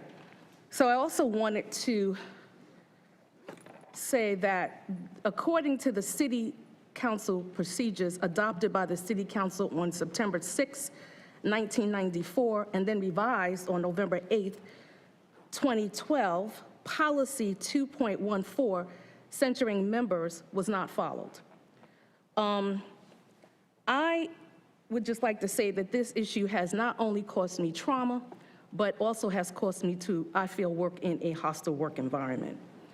I also would like to say that I hope, as censures might come up in the near couple of months on some other council members, I'm hoping that the policy and procedure is followed according to the 2.14 censuring members of, and the policy followed. And I'm also asking that the policy 2.14 censuring members be added to the minutes under the documentation of what happened on that date. I don't know if that can happen, but that's what I'm asking. Thank you. Madam Mayor, if I might. Thank my colleague for her observations and requests. The mayor has already directed the Procedures Committee to meet and take up this matter. I'm pretty familiar with the policy of the council, but your point is noted for 2.14. I will review it and take a look at it, and we will certainly put it on the discussion agenda for the Procedures Committee, which has already been charged by the mayor. Councilwoman Johnson. Thank you, Madam Mayor. It is possible, unfortunately, extremely likely, that the North Carolina General Assembly will soon vote to ban abortion after 12 weeks, except under pretty limited circumstances here in North Carolina. And if that happens, I plan to bring a resolution to the council in opposition. Because of the speed at which the legislature is moving, it may not be possible for that resolution to go through our standard process where it's brought to a work session and then a following work session and then voted on at the following meeting if we want to respond rapidly. So I wanted to ask my colleagues if they would be amenable to having a resolution come forward outside of that process in order to respond quickly to these unprecedented actions of our state legislature, if folks feel that that would be appropriate. Comments? I would just say I'm in agreement, but again, I would just like to have opportunity to read it first. And if we can do that in an expedited fashion, then absolutely. Thumbs up? I would just like to say, too, I'm in agreement, but I would like us to make sure we follow the policy in terms of the resolution, because before it was like, I don't know if it was followed, and then we had to change word and wordsmith, but I just want to make sure that we don't have to go through all that again. And This would not follow the policy. That's why I'm asking for permission now. Our current okay. policy is bring it to a work session. The following work session, we discuss it, and then we adopt it at a next meeting. I'm asking if that policy can be waived if we want to act expeditiously in response to the General Assembly. Oh, thank you for clarity. Yeah, I appreciate Get a thumbs up? I have a question if that's the case. So then how would that work? It would be written by you and then we just vote on it at the next, how do you envision that working timetable wise? I think it would depend on when the bill were to pass, what our next, like the time between our next meeting.